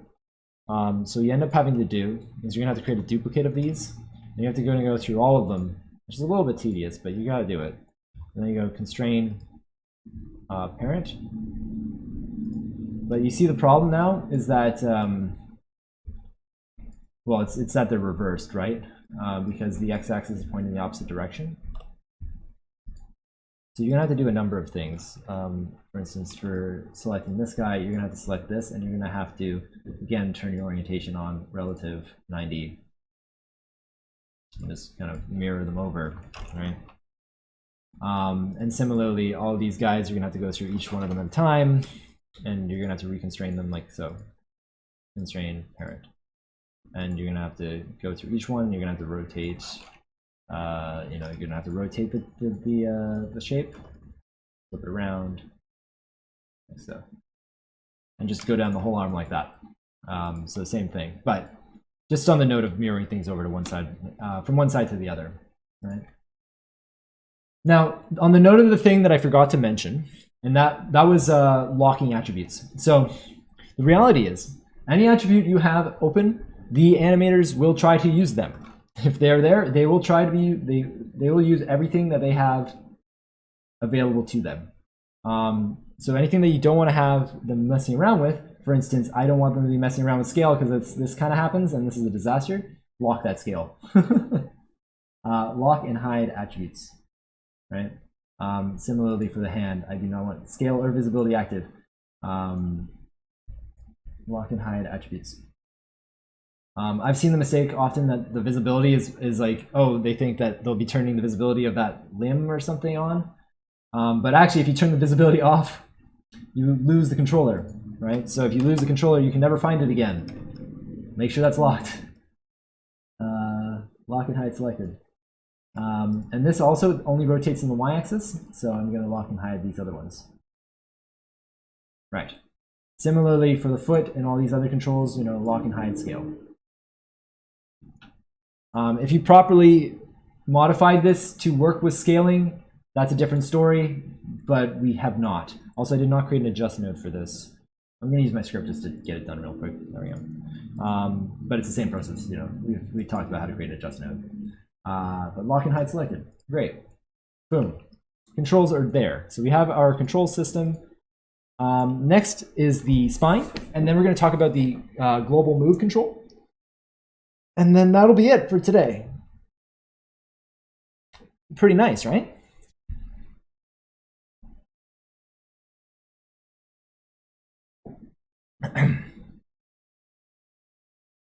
It will not, Loner Wolf. At least probably not.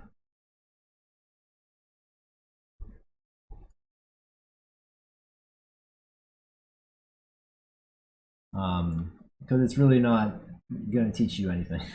It's not hard to do. Just throw a joint in there.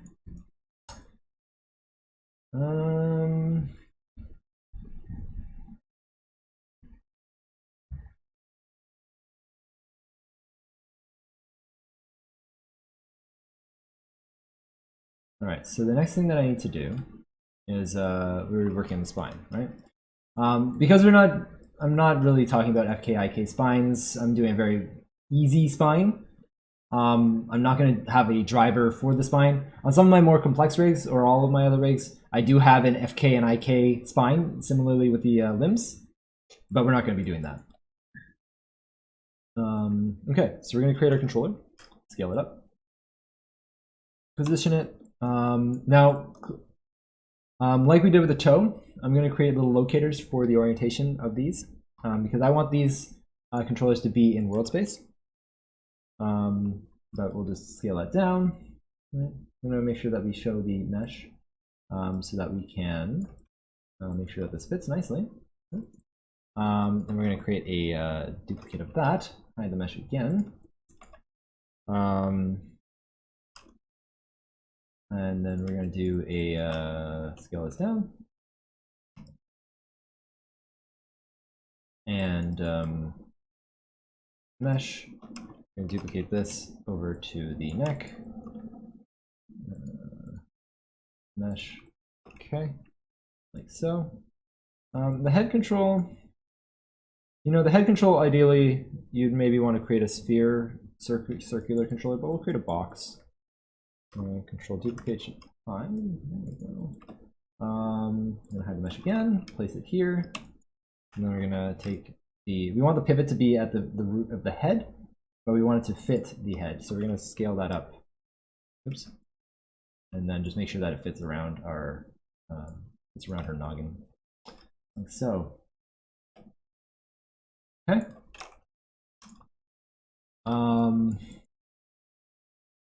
There we go. So now what we have to do is we also have to create a double of this, which is slightly larger than the other one, like so. All right. And now what we're going to do is we're going to freeze the scale on all these. Freeze scale. Okay.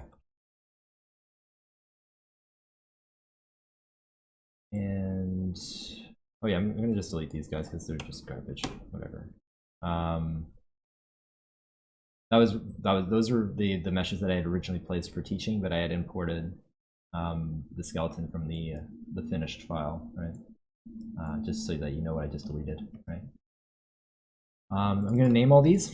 So we're going to do cn_head. Oh wait, hold on. I want to have my bip01. There we go. And this one is the neck, right? And our spine. And we have our pelvis. And the second one that we've duplicated here is called our center of gravity, or COG. All right. Now, how this is going to work is we're going to create a locator for each of these spine, or each of these object pieces. So we're going to create 4 locators. 1, 2, 3, yeah, 4. 2, right? And we're going to go here, and then we're going to go constrain parent, and same thing. G. Again, if you hit G, it just redoes the last operation that you told it to. Oops, wrong way. Wrong way. There we go. And this is why this is why we're creating these locators, is because the orientation of these do not match the orientations of the joints. So we need to have a locator underneath the controllers in order for them to match. I'm going to select all these locators, hit down. We'll notice that it selects the shape by default, but we actually want to be selecting the constraint. So you hit down and then hit to the right. You're selecting the constraint now, and now you can delete those. Wonderful. And then this is going to be locator. So lock pelvis. All right. And then we have our locator spine, lock spine. Again, if you had an additional spine, you could just do the same process on the additional spine joint. But we're not creating an additional spine joint because I don't feel like we need to. And head. Oops. Lock underscore head. Okay. And now what we're going to do is we're going to constrain all of these locators. So constrain parent. Same thing for the neck. G. Same thing for the spine. G. Same thing for the pelvis. G. Nope. Hold on. Constrain parent. Okay. And then we're going to hide all these guys. Hide them. Oops. I always hit group instead of hide.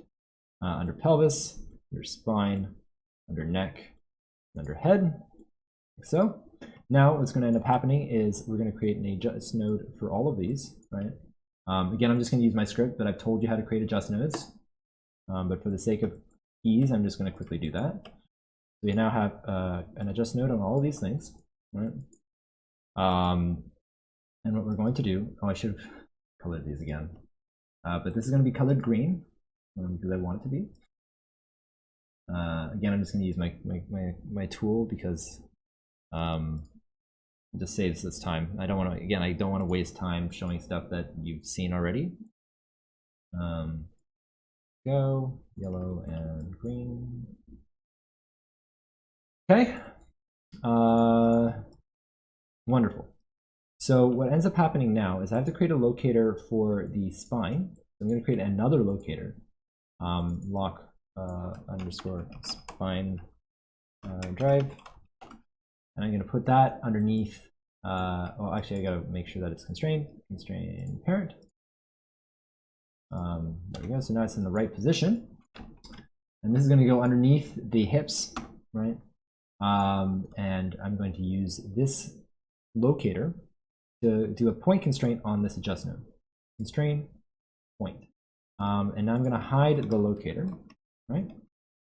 And we're going to put this controller, the spine and the pelvis underneath the center of gravity control. Now, what we ended up doing is because we created a point constraint from that locator, and the locator is parented underneath the pelvis controller, when I rotate it, don't worry about the legs right now, but the spine does not, the spine does not rotate with the hip. It only moves. And this allows us to do some contrapposto, right? So if we were to, I'm going to turn off the lock on the rotation. But if I was to rotate this way, right? The shoulders don't rotate with the hips, which is very convenient. However, say we wanted that. If we wanted that, we have the secondary control, which has both of these parent under them. So now they move together as a group. So that is something that will happen, right? So now what we end up having to do is, again, we notice that the arms and the legs were not following along with our rig, right?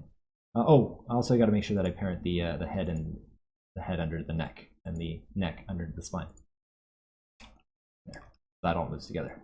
So, but you notice that the FK controls don't follow, the IKs don't follow. In order to do that, what we have to do is we have to create a group, right? And this group is going to be called anchor. Anchor drive chain legs. And we're going to do the same. We're going to duplicate that, and we're going to do drive chain arms. And the arms are going to be driven by, because they are parented underneath the spine here, right? We're going to do the we're going to go click constrained parent for the arms, and for the legs, the pelvis. Constrained parent. And now what we have to do is we have to take our IK chain. So our IK thigh goes underneath the legs, and our FK chain goes underneath the arms. And I'm going to create a group called GR drive chains. and that's going to go into our skeleton group and be hidden. But I'm going to keep the visibility on for now just so that you can see. And if I did it right, yeah, there we go. So now, don't worry about the other leg because we didn't rig the other leg, obviously. But you'll see that the left leg now moves accordingly and all fits, right? Similarly, actually, I don't know why why are you not moving?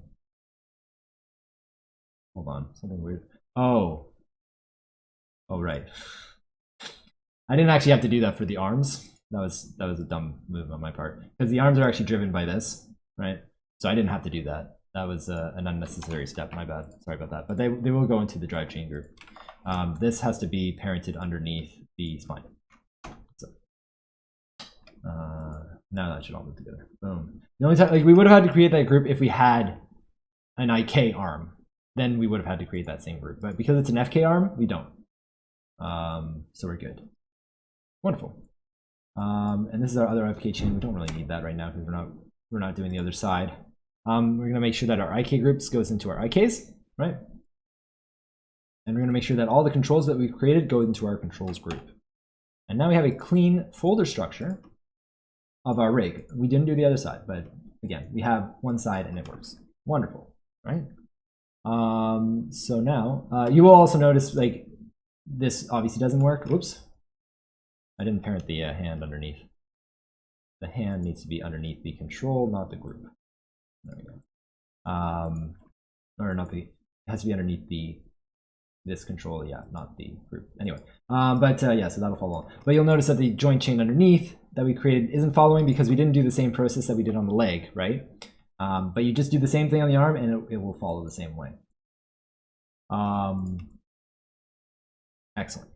Okay, so similarly for the fingers, we would create little IK control or FK controls as well, right? So for the fingers, in the case of the fingers, what I would do is this. So we go to I'm going to use that little cube that we had before again, right? So we're going to do cn underscore bip001 index. Right? I'll just do one as an example, right? And then I'm going to group that. So, and we'll just take this guy, constrain parent, then hit this, date, and pull it out. Make sure that we can see it outside the hand, but not too far, right? F8, and then we have our controller for the index, right? And then we do the same thing, right, where we have to like duplicate this 100 times. Also, I have to put my suffix of L, but I'll do that later.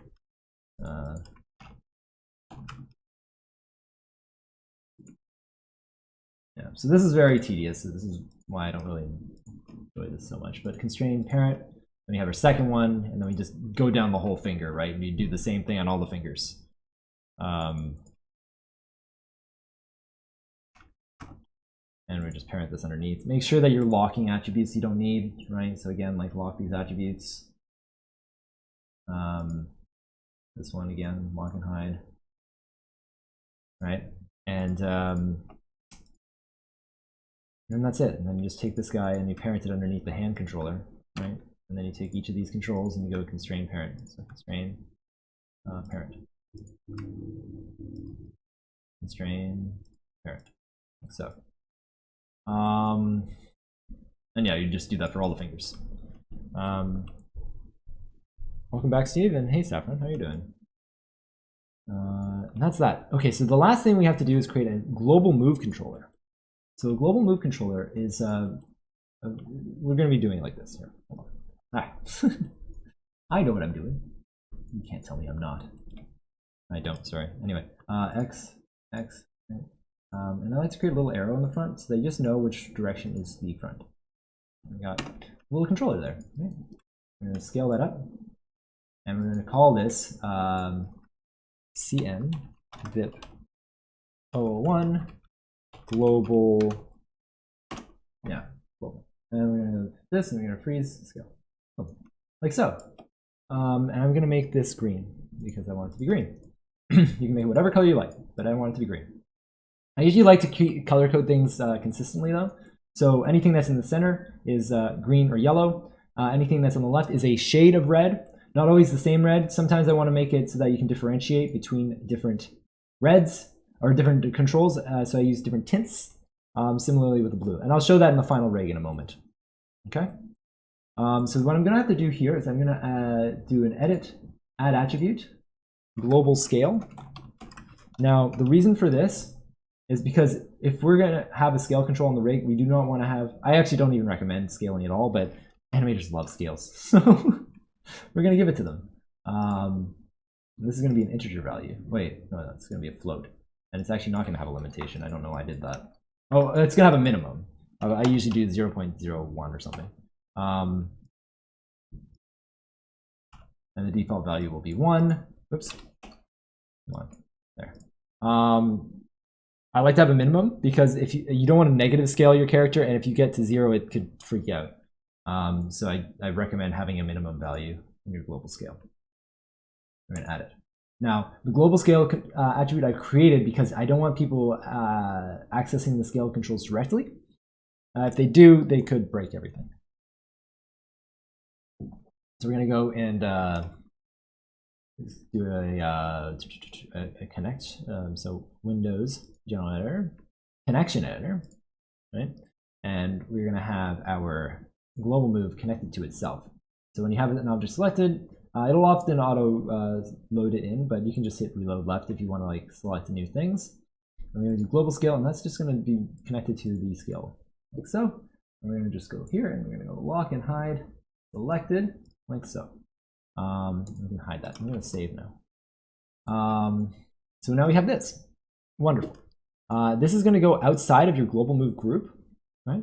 We're going to take our global move group and we're going to click like this, and then we're going to go constrain parent and constrain scale, like so. So now the global scale will scale our skeleton, like so. And we can rotate the whole rig together. Pretty nice, right? And that's it. That's it. That is a base humanoid rig right there. It has everything that you need for your basic stuff. There's a couple other things that we could possibly add. So I'll hop onto our final our finished version of this. Just give me a second. I'm going to hide my screen while I open up the proper file. Display capture. Okay. Let me just open up the appropriate file, which I believe is. Well, I'm going to save this. And then we're going to go File, Open.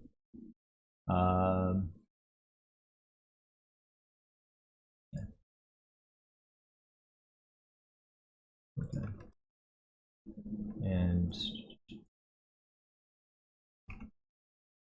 okay.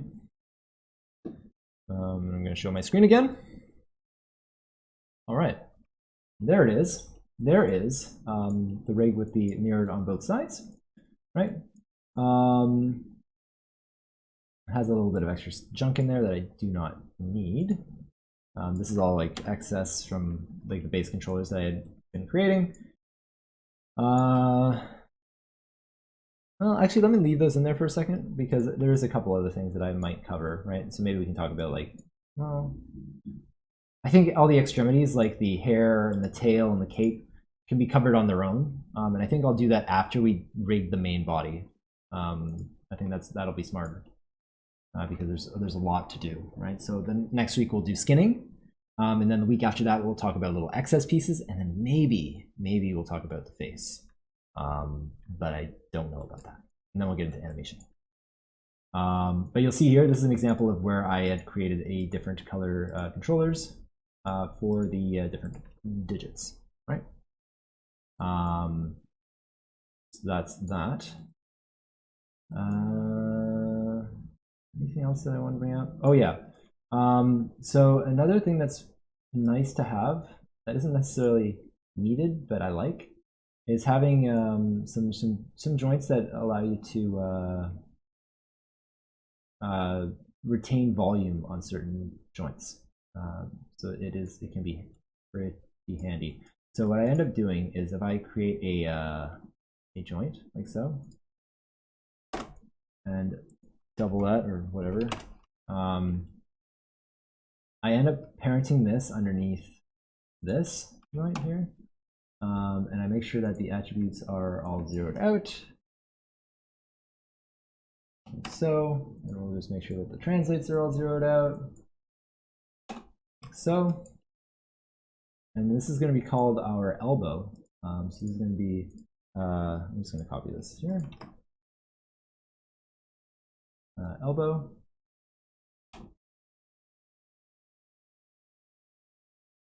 There you go.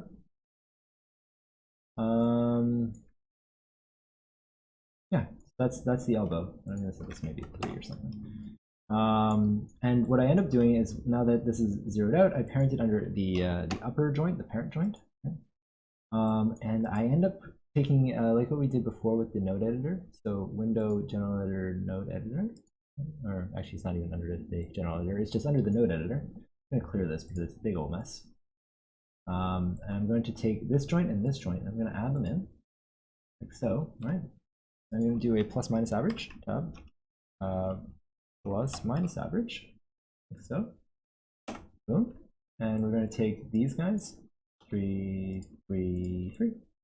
And we're going to hit a rotation and put it into our input 3D. Oh, hold on. Not plus minus average, multiply, divide.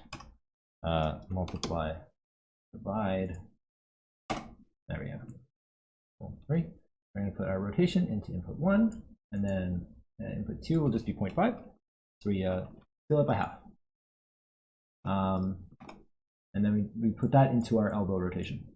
So we do output x, oh sorry, no, the whole output into the rotation of the elbow. So the elbow will inherit half of the rotation of this main forearm joint. And the reason you do that is because if you, imagine it this way. So if you have 2 joints, right? So you have this joint chain like this, and then the other one for the elbow, and you have a mesh here, right? Now, say you have this elbow, right? What's going to end up happening is when the elbow bends, it's going to be flat like this, right? Because it's going to be 50% weighted between this point and this point. So it's just going to have a direct interpolation. If you have a second joint that takes half the rotation, right? It's going to take, instead of being this and this rotation and then interpolating between those 2 rotations, it's going to have a third rotation, which is going to retain the volume. So now if it has a third rotation like that, now you have a nice curve, and that's going to retain the volume of your elbow. Similarly, you can do that with the knee. I like to do that with the shoulder too, and the pelvis. Now the pelvis and the shoulder become a bit tricky, because the issue is, if you don't have the correct rotate order on this, and I don't think I do actually, you're going to get a lot of gimbal lock, and this is going to just pop all over the place at certain angles. So that's the bane of my existence, actually. I hate gimbal. And a lot of my rigs, too, they have an issue where like sometimes the shoulder will pop, and that's because you're just hitting gimbal. And the only way to solve that is by changing rotation order on joints, right? So if you change your rotation order here, so you got here, rotate order. You can change the axis of rotations. So I would recommend having something that's X first, or sorry, X, I guess X at the end, which is weird. So like ZYX or YZX, something like that. One of those would work a bit better for the shoulder, because I'm distributing the rotation of the X downwards. And what ends up happening if you have the X rotation in the wrong position here, you reach a point where when something rotates, that things kind of lock together. So if I were to say, let's have a look at this, right? So if I go in here and I rotate in gimbal mode, right? Gimbal mode. So if I rotate this, watch what happens. So that one's fine, right? All dandy, all good, right? Because it is in a XYZ rotation, right? So Z is the last one to apply. So no matter how I rotate the Z, the other ones stay fine, right? However, because X is first, wait, what's going on here? Hold on. Okay, wait. Hold on, something's weird. let me hit this or this.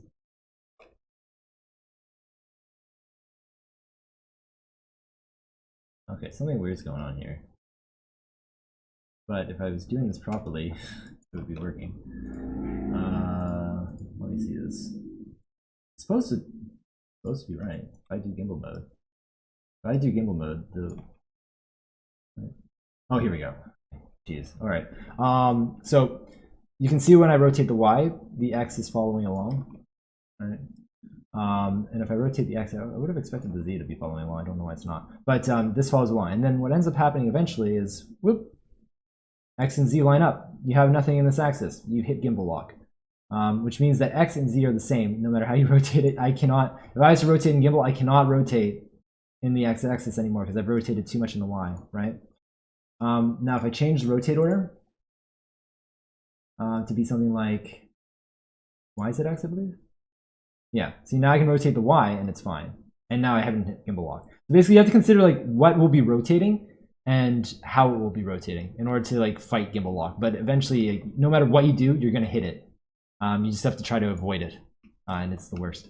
But that's what gimbal is, and that's why like stuff like this is a little bit janky. And sometimes, if even with this, like if you rotate this wrist too much, that is going to pop, and it's fine because like it pops at the point where you wouldn't really rotate your wrist that far anyway because it's just unrealistic.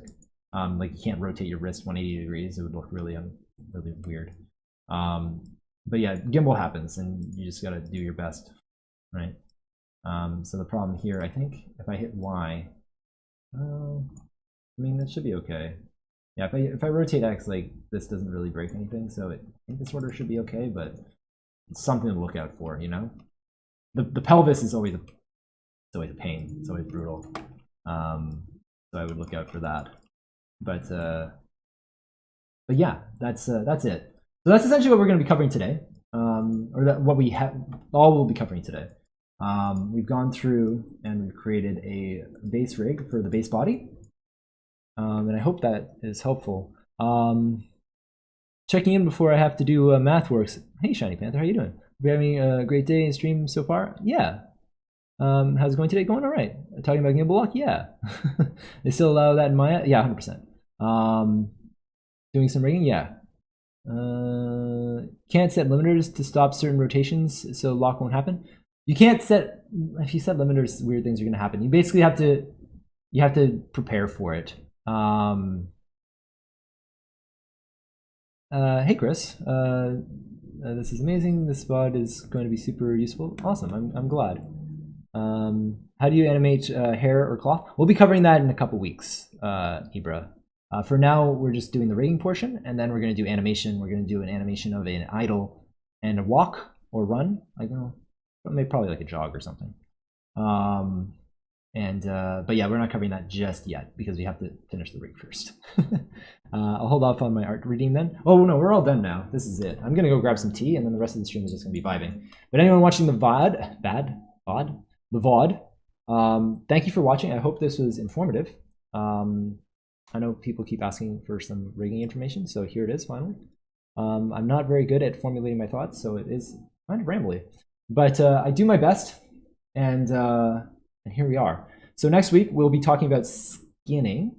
We're going to skin the body, and depending on how that goes, I will maybe also talk about adding joints for the tail, cape, and hair.